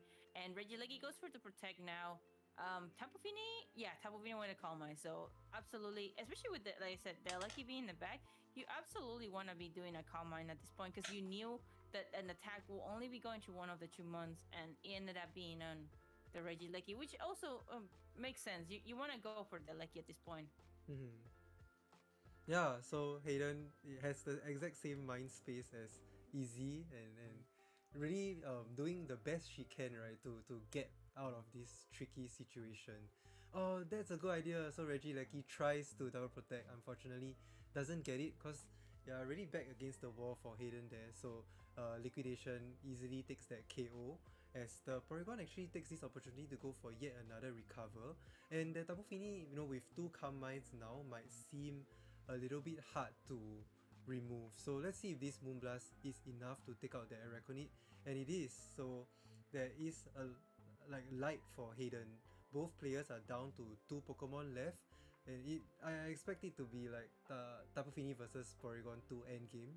But I think in these endgames, Tapu Fini with those Calm Mind setup would tend to win, right?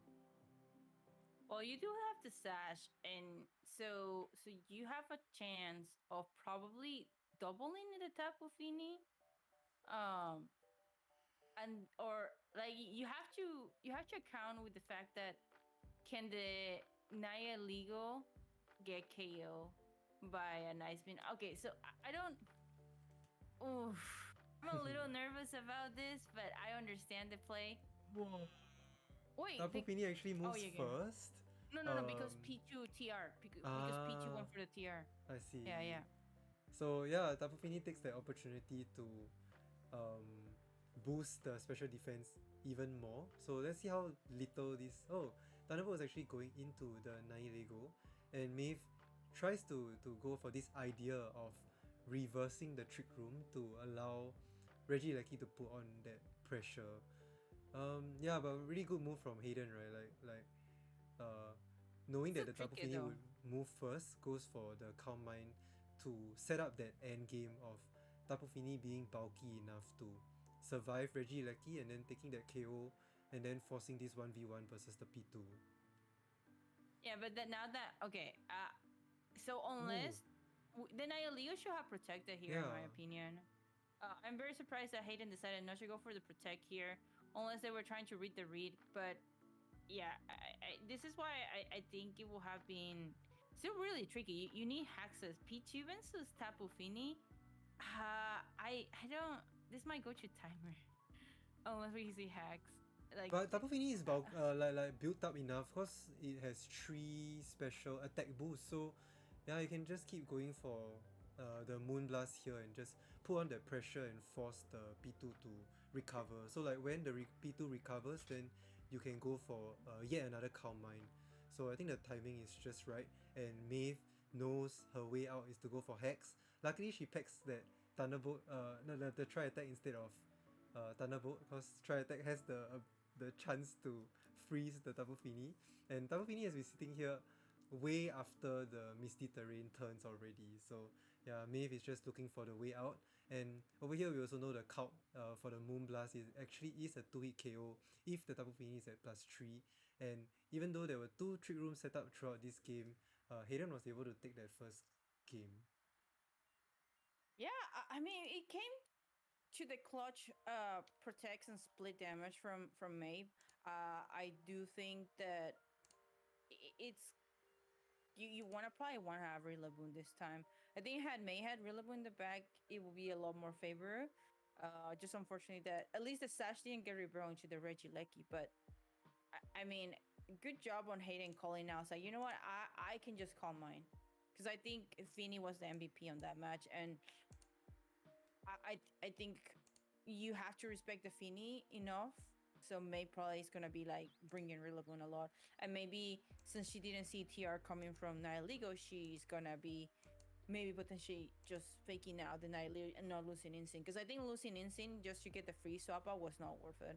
I think Maeve completely understood like the power of Tapu Fini and the times where she could click that Calm Mind, right? And those were so like perfect times, even though the Tapu Fini was in Trick Room. It was just very comfortable to set up because it knows it can't take. It won't be able to, like the mons from Maeve's side won't be able to do good damage into the Tapu Fini. So yeah, Maeve really needs to adjust in this game 2 here, right? To try and take care of that problem and at the same time make better use of those Trick Room turns. Absolutely. So it's gonna be very, very, very, very interesting to see what will potentially be like. Is Hayden gonna seal it with an 0-2, or will we see a game 3? Both players said that they were very rusty, so go easy. We're definitely going easy on them, right? Oh no, the Gudra actually comes in here. Maeve actually changes things up. Uh, Instead of the Insane P2 lead, now goes with the Insane and Rillaboom lead. And Hayden actually brings the Gudra first, right, over the Reggie Lecky.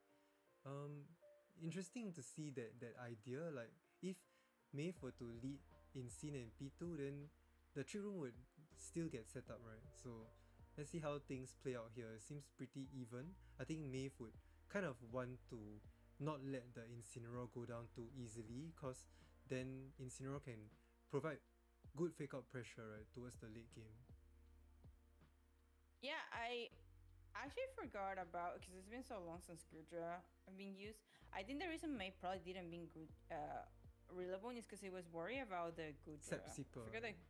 Yeah, Sapsiper is so annoying. I actually forgot about it. Ah. So I think I really like this adaptation from Hayden. Hayden is like, you're probably either gonna do the same thing or breeding Rillaboom because you were scared of my Tapu Fini. So like just showing Gudra's like, because what are you gonna do to Gudra? Gudra is like chubby and cute and you can't do anything to it. And this turn is like, yeah, you get double fake out. So uh, I mean, hopefully the right fake outs went to the right places.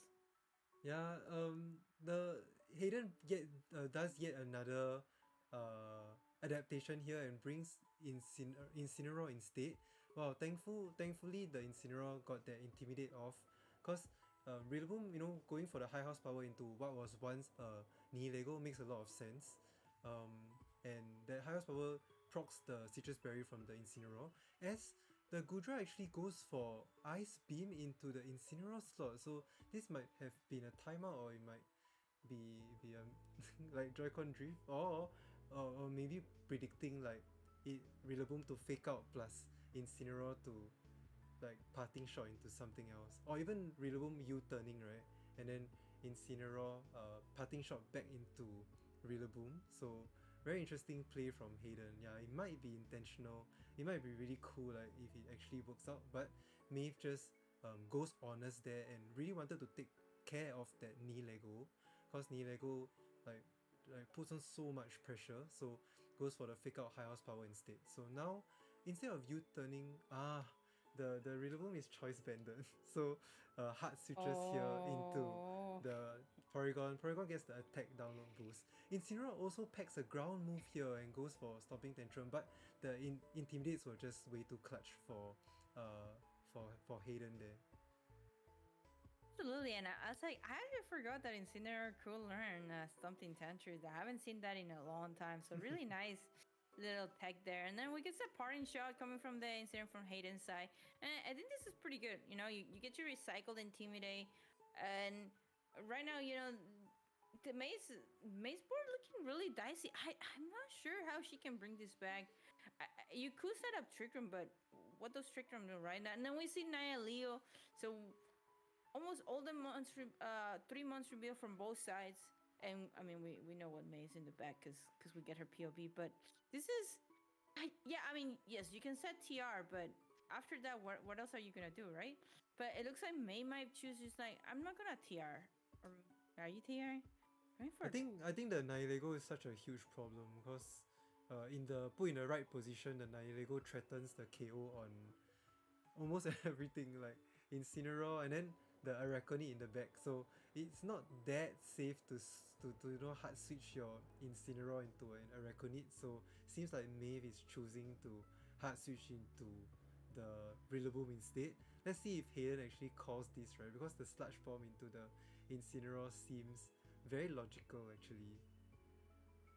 Yeah, no, the switch out percent is important. Hayden probably could be like, okay, maybe you're gonna sack your Incineroar again.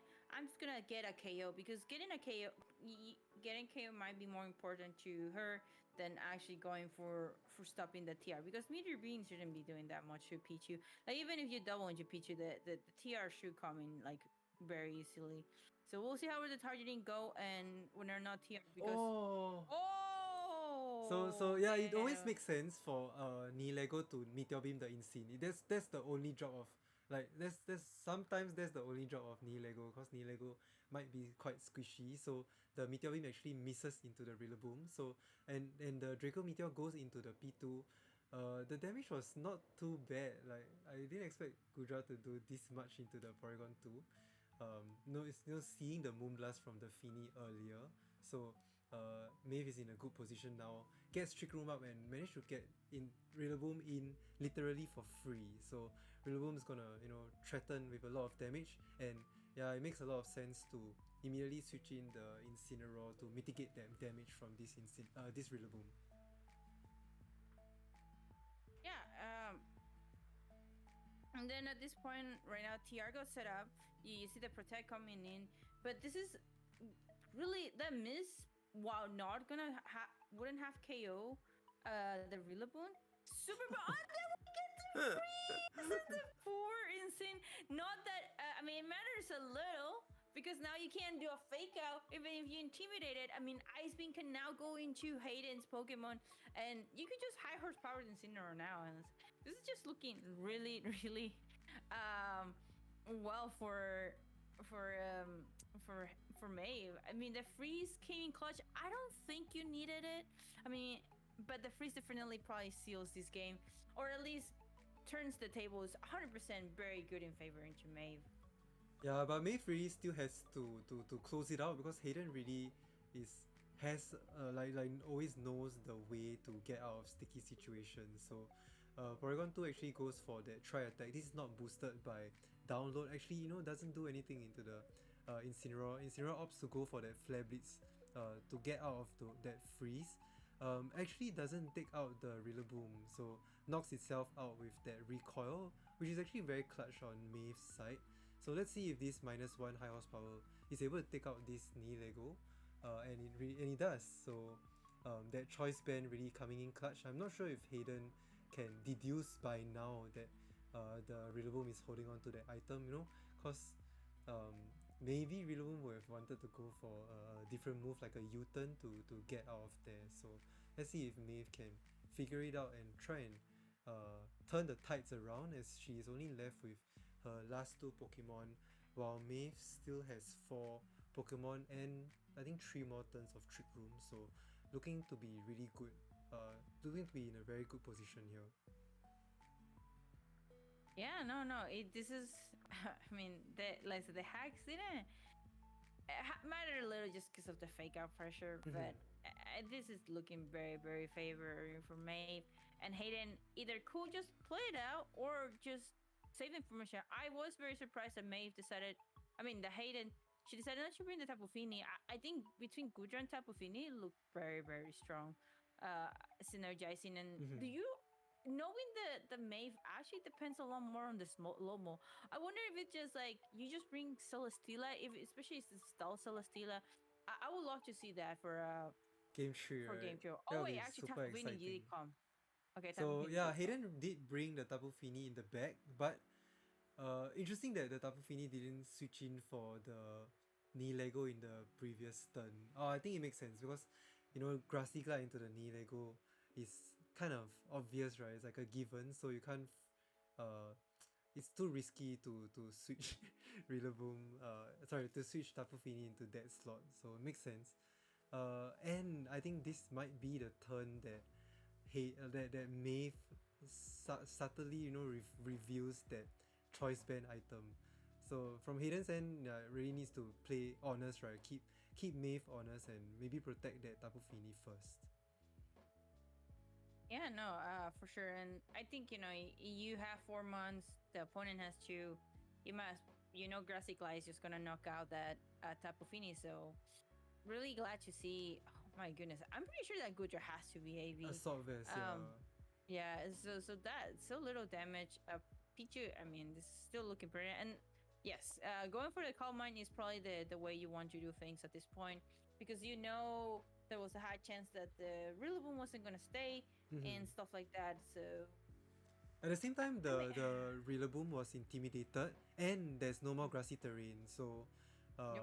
yeah. So Maeve is just back against the wall and really doing all that she can, right, to get back in this game. And that Calm Mind is a gambit that she's willing to take, and that makes a lot of sense. So now Fini at least gets set up a little bit, and Porygon 2 and Araconid cannot realistically take out this Tapu Fini, so maybe going for yet another Calm Mind could be the way to go, right, and try and um, survive these turns and win the game. So Porygon 2 going for that Ice Beam.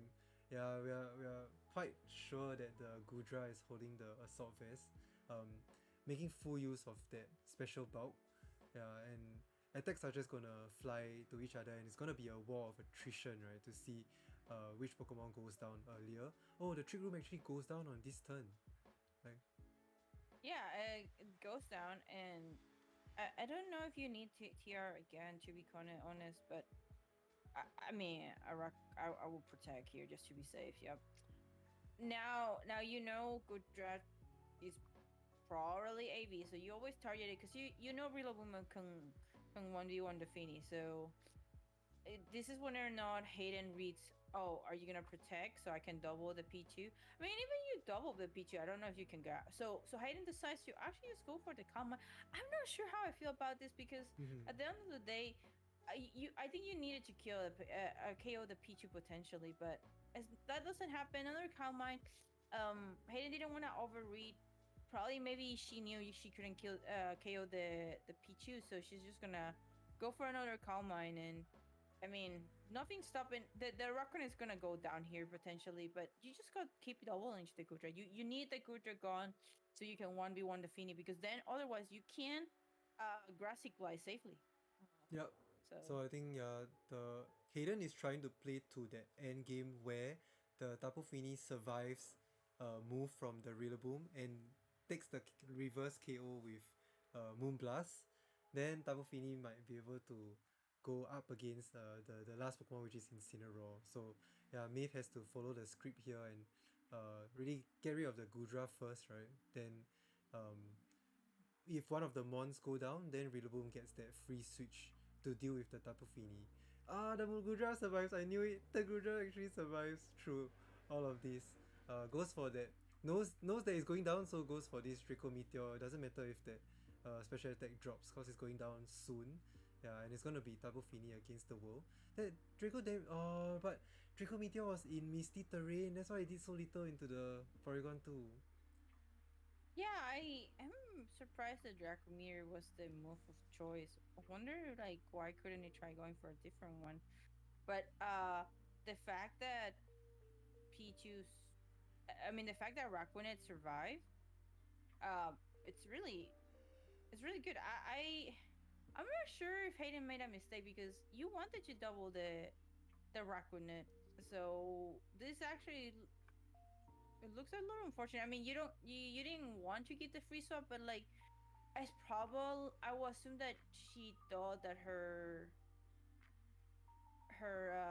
Gudra was gonna go down, and that's why she targeted the Pichu. It's a little weird. The targeting was very unfortunate, but now we're just getting some muddy waters from the Calm Mind and Fini, and Araquanid does go down. But I mean, this job, right? Like you just bring reliable now. Mr. Yeah, Terrain is also gone, so this is looking pretty much like Maeve's game, and we're gonna get that game three. I don't think you can do anything about choice band Rillaboom. I mean, you can protect. You could try for like what 4 protects, but even then, like Maeve has another mon in the back. I think Um, the Rillaboom might also be built faster than the Tapu Fini, so we I mean, won't we're be still able in to TR. confirm. Yeah, we won't be able to confirm the speed tiers in this game, so that might be useful for Maeve in the future. So this Grassy Glide is gonna come in. I think Hayden is gonna now know, like kind of confirm that this is it's like the item on the Rillaboom, right? Like some Tapu Fini might even survive um, the Grassy Glide. Oops. Some Tapu Fini might even survive the Grassy Glide from Rillaboom. So overall, I think Maeve like just played well. Like that Rillaboom could have gone down a bit sooner if the Meteor Beam hit, right? So like was able to now take uh, more control in Trick Room to help make the game way easier and force that 4v2 really early and yeah, able to win this game now. Yeah, no, I really like it, and the fact that we did see the good Tapu Fini combo was really good. It's just I think if Hayden probably adjust and be like, okay, Tapu Fini and Gudra endgame is pretty good because then nothing nothing can touch my Fini if Rilla comes. She Hayden should know that Rilla should be coming from the other side. So be very interesting to see how May like I think may realize oh the miss matter, the freeze matter a little. Yeah. So I would love to see Mushroom, but I get why it's not being brought. But I don't know if Pichu is doing his job right. I don't Mhm. know if TR is the way to win against Hayden. I would love to see maybe a Lecky Rilla lead from Maeve, and then from Hayden, maybe if she's confident that Maeve is gonna keep doing TR, maybe bring that Stila, Celestila, yeah. right? Because I didn't think the Incineroar did anything. I mean, yes, you intimidated like two of its Pokemon, but that's it. I don't need really think you need the intimidate. Like Finny actually is super strong. Like I said, Finny and Gudra are the MVPs in Hayden's side of team. Meanwhile, Maeve is a little bit tricky. She can't just spore because of the Finny. There's like the terrain war for her. Mhm.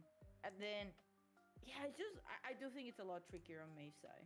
Yeah, then and Hayden has really a lot of offensive pressure coming out from the Nihilego and Gudra. I think Hayden has been bringing more or less the correct Pokemon, like switching out the Regieleki and Incineroar in the team, but the Fini, Nihilego, and Gudra are just very important for the for to win the game. So Maeve goes for the same game two leads with Incineroar and um, Rillaboom, and then Hayden goes back to the game one lead of the Fini and Nihilego to really put on that offensive pressure, maybe even threaten the KO on the Incineroar now. From the abilities just now, we actually see that Tapu Fini is faster than Rillaboom, so that's the confirmation. Oh wait, it would have been, yeah, it would have been confirmed in the previous game as well. So Hayden opts to switch out the Tapu Fini, and we do see the Celesteela now. So we see almost all the Pokemon. Celesteela! Oh, this is such a good player for Mhm. Hayden, like reading the fake out into the night and Leo this time, and then I mean this Oh is my good. god, I mean, Choice oh my Band Grassy Glide. The Celesteela is so bulky. I mean, it's the typing as well. So, what a surprise bring from Hayden here. Let's see how this will affect the game, right? Because, yeah, Maeve could have gone for a U-turn to switch out and get into a better position here, you know, if you are already going to fake out that Nihilego. So, now it's in a very tricky situation because both the Celesteela and the Nihilego are free to attack here, right? The Meteor Beam will take out the Incineroar, so there is no chance for the Incineroar to even try and take out that Celesteela here. So yeah, maybe it's in a very tricky position now. I'm surprised that Maeve didn't go for a grassy glide into the Night Leo. I think you wanted to try doing that and see if you can pick the Oh. KO. Right, choice band grassy glide probably was worth it. Um, and then Hayden with the smart switch up, like Fini comes back again. I really like this because I there's a high chance that the Incineroar is just gonna go down here as you Mhm. mentioned, unless the meteor beam misses again. But Yeah, I don't so think it's gonna miss. that's, oh my god, Maeve reads it correctly because that's the idea, right? To switch in the Tapu Fini and change the terrain. So that, oh, but then wait, Maeve does something strange here. She knows the Tapu Fini is coming in, but still goes for the Flare Blitz into the Celesteela slot. Yeah. I yeah, I think both try to read Read. each other and Mhm. they got partial reads right. Yeah. Because it makes sense. Most of the time, you're not gonna be swapping off the Rillaboom from that spot. You swap the Incineroar because Hayden has just been going after the Incineroar this whole time. This is still kind of tricky. I don't think it's looking good. And then Hayden could read this swap from the Incin. It's kind of still very tricky and kind of concerning.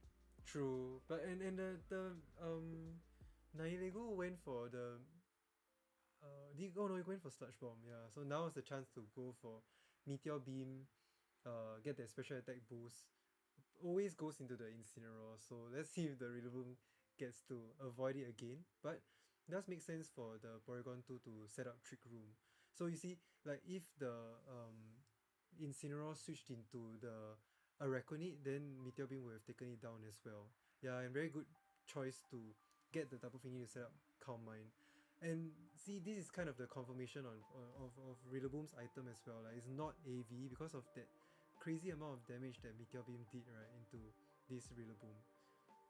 And now it's Yeah, no. tricky for Maeve, right? Needs to make a read as to which Pokemon will protect here. Yeah, to make full use of this Rillaboom. Yeah, no, it's very, very unfortunate. Also, I realized that May's real incident was AV. The fact that AV got knocked out by the meteor fiend still, it's very, Oh very my. unfortunate. Yeah, I just realized that because I glanced at the item, but yeah, this goes back to a terrain war. I like that Maeve is just going for the Fini. I think she wanted to play it safe, and I mean, a Naya Liga could stay, the Naya Liga could not. It's looking kind of tricky, but oh, Naya Liga protects here, and the grassy glide goes to Tapu Fini. So very, very well done by by. I mean, the crit didn't matter. We saw that it does KO. Mhm. So very well done for May calling it out, going for the safer option, and then TR gets set up, and this is huge because you can just go and knock out the. If Gudra actually didn't come, you 100% can just knock out the Legal now, but it Yeah. Gudra came, that will be a problem because we haven't seen Hayden's last month. We know Celesteal is in the back, but we don't know what else is in the back. And I feel like it has to be Gudra. Like, but if you had Gudra, why wouldn't you just bring it, right? For the Sap Steeper in that one with that way. But maybe okay. So we see Celestia. So there's a high chance Gudra actually didn't come to play this time. True, I think switching out for the Gudra for the Celesteela might be a cool idea. But Maeve actually keeps Hayden honest and just goes for the Grassy Glide into that slot. So Hayden like was a little bit too risky, right? In the sense that tries to make a read, knows maybe calling that the Rillaboom would be threatened and want to switch out from that Starch Bomb from the Nihilego. So Hayden really gets what she wants there. And this is getting very, very interesting up to this point as Maeve actually has the Pokemon advantage now and can threaten a lot of damage. Yeah. Oh, Gudra actually comes in, so no Incineroar and no no Regieleki, and the Sap Steeper actually comes through. That's so interesting to see that ability from Gudra. Yeah, and then we see Rock Rock Slide from Slide. Oh, I haven't seen Rock Slide in a while. So it's not the the The Leech Seed Stalin store, right? yeah, yeah. The Lich is still wallpaper, but I mean, as I mentioned, I'm really glad to see the Celesteela from Hayden's side, and and we're seeing. I mean, this is still very interesting because we don't know if Celesteela has Protect. True. You're stalling for TR turns right now at this point. You want to, yeah, you chip the Gudra no matter what, and you just go for the Flare Blitz with the Celesteela because I don't think Gudra can knock you out. So Celesteela gets withdraw, and then Yeah, that's the probably Nilego the needs to come Annihilate. in. So let's see if this Flare Blitz is a 2-hit KO. Then it could be, possible for the Incineroar to take care of that Nilego. Because all these Trick Room turns are just running out. Wait, this is the fourth move on the Gudra. Because he has Draco Meteor, Thunderbolt, Ice Beam, and now Stomping Tantrum. So it's a mixed Gudra. That could. Oh my god, and then Oh, Hayden is actually making use of the Sap Steeper boost, right? Because you yes, you yes. train your Gudra in other ways in special attack, then you wait for someone to attack you like the Amogus or the Rillaboom to use a grass move into the Gudra, then you boost your attack as well. So you don't have to worry about being modest. You can still get a little bit of attack back, but still that Stomping Tantrum was quite set into the Incineroar. Yeah, no, I mean, I think the Sinner is not gonna go down. I think you still want to stand the Enchanter in the Naya Legal just to be safe. hmm. Um, I don't know if I want Flare Blitz, but because it's not gonna KO with Flare Blitz, it has to. Yeah, this Maybe needs is to double up, coming huh? to. Yeah, I think May has to double up So yeah, because we let's didn't see see what. a Oh store. no, the Ice Beam goes back into the Gudra and Maeve doesn't go for the Stomping Tantrum. So Gudra actually moves first and goes for the Draco Meteor into the Insane. Insane actually takes it. Which is very strange, right? Gudra being faster than Incineroar in Trick Room. And now the Incineroar goes for the Flare Blitz. Yeah. Hoping for the Yeah, you had Celesteela to switch do. in, but man, those mind games Yeah. are a bit tough though because it's tricky to go for a Stomping Tantrum into a Celesteela, right?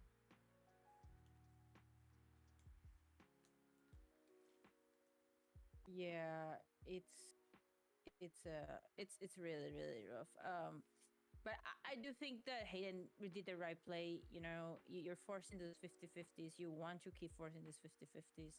And now, I Mm-hmm. mean, but you had to get rid of the Naya Ligo. So this is a little weird because Gudra can stall this. Gudra. Yeah, Gudra can stall this potentially. It's still not over for both players though, cause It's Maeve not, no, absolutely has no. Like good you could get a crit. control. Yeah, like as long as Maeve sets up another trick room, then there's a good chance. So Oh, we see the Gudra getting taken away. I'm not sure if I agree with that. Are you protecting Ligo? You're okay. yeah, I think This that makes makes sense. sense, right? This might be the last turn of trick room already. So here comes the liquidation. Oh, goes into the protect, and Porygon 2 actually goes for the ice beam. Yeah, it's Porygon 2 has been working so hard to chip that. Oh my gosh, another freeze. Yeah, so this is the Are you last turn of trick kidding room. me? Oh Oh my god, Maeve my is being so god, lucky. Maeve Maeve. really trusts the Porygon 2 a lot. I mean, and this is good because Naya Ligo can Meteor V interact with it, right? Mm-hmm. So you only have Sludge Bomb or any. So so You yeah, need to know protect is the pretty last strong. move now. Yeah. No. So oh my goodness gracious, Maeve. Can you send me those that kind of luck for me in For San Diego, please? Yeah, San Diego versus 500 people. That Ah, is very crazy. very unfortunate. I think this just sealed the stuff for because otherwise Hayden could just keep playing the mind games. Um, and then yeah, we see this Sludge on. Yeah, poison, but it doesn't matter. Tear comes in. Oh. Celestia thawed out and goes for the superpower. Oh my gosh! Wait! Oh god! See, I'm not gonna lie though. I do think May for this last game she should not have protected, and the reason why is because she has protected in the last two games every single Oh, time when she doesn't have TR. So she should have used the knowledge. But this is amazing. Like, oh, yeah, you 100% needed that tall not to happen turn one. But oh, Power Gem gets really as the last move for Hayden, and wow. oh, that was a Okay, crit. that's a crit. So I'm not gonna lie though. I do think that two freezes for Maeve, two crits that matter. For Hayden, I think it's kind of even, kind of ish, give or take. But that was a really really fun match to watch. Uh, I think the freeze that and then the one turn tall, a roller coaster for a game three. Imagine it's like, oh, I have this in the bag, and then, oh, it's one turn tall. Never mind, I don't have this in the bag. No, but really cool. Really, honestly, they even though they're rusty, I really enjoyed the match. I love seeing Gudra. Gudra was one of my favorite Dragon Pokemons I tried making work in the past series. So getting it a spotlight and watching it, just being a menace in here, and the adaptations from both Maeve and Hayden, very well done. I Very good caster It's matchup. very exciting and like we didn't expect this to come from Maeve and Hayden. And like there was a bit of team building or like creativity from both sides, so very commendable for our friends here to give us this match to cast. Because there was like a very special Gudra set, and then there's a surprising like Celesteela set that actually has rock slide and superpower. I'm not sure what Hayden was thinking there, but that's super Yeah, cool. I was like, I didn't even know Celesteela lent superpower. Like, what the heck? Seems like But both Hayden and Maeve are like teaching us the all the coverage moves from these Pokemon and like opening up our eyes. But wow, that was super yeah, fun. no, Like we thought Maeve was gonna win right towards the end, but then yeah, Celesteela just cashed it out. no, absolutely. Good job, Maven, Hayden. That was super fun, and I'm glad we get you cast. We might get you cast tomorrow too, Evan. By the way, Hmm. but I think that is it for this stream, for this pre-show. We we have all the games except for the one to schedule for tomorrow. So I hope chat you're excited. We're almost done with this league. Bittersweet, Scarlet and Violet right around the corner. So thank you guys.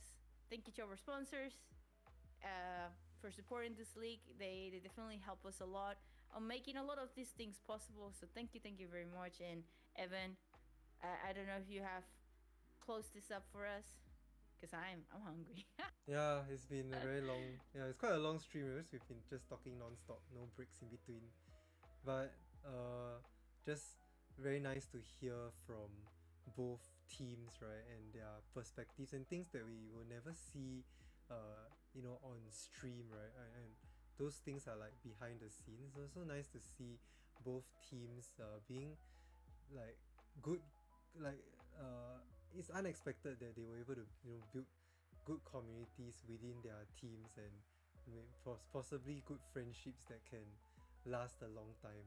Yeah, and then this is so nice. Like Scarlet Violet is coming soon, and everyone got to practice Spike Murph and practice a format with no dynamic. So yeah, we're just very lucky to be able to bring this league for everyone. Yeah. Okay. So finals will be tomorrow at the same time. We still need to do a little bit of prep to get those games in order because we've never streamed 7 games in a row, so this will be a challenge. This will definitely be a challenge. Okay, So I'll have to go and get bye. some sleep. Okay, thanks to anyone who's still watching, and yeah, this is gonna be on YouTube, so uh, yeah, hopefully this will be a nice chapter for our first adventure of SCL, right? First draft league. Oh, I'm so tired. Okay, let's go to the. Oh no, I don't have the ending scene. You don't have Okay, the I'm just gonna ending stop scene. recording. I'm just gonna stop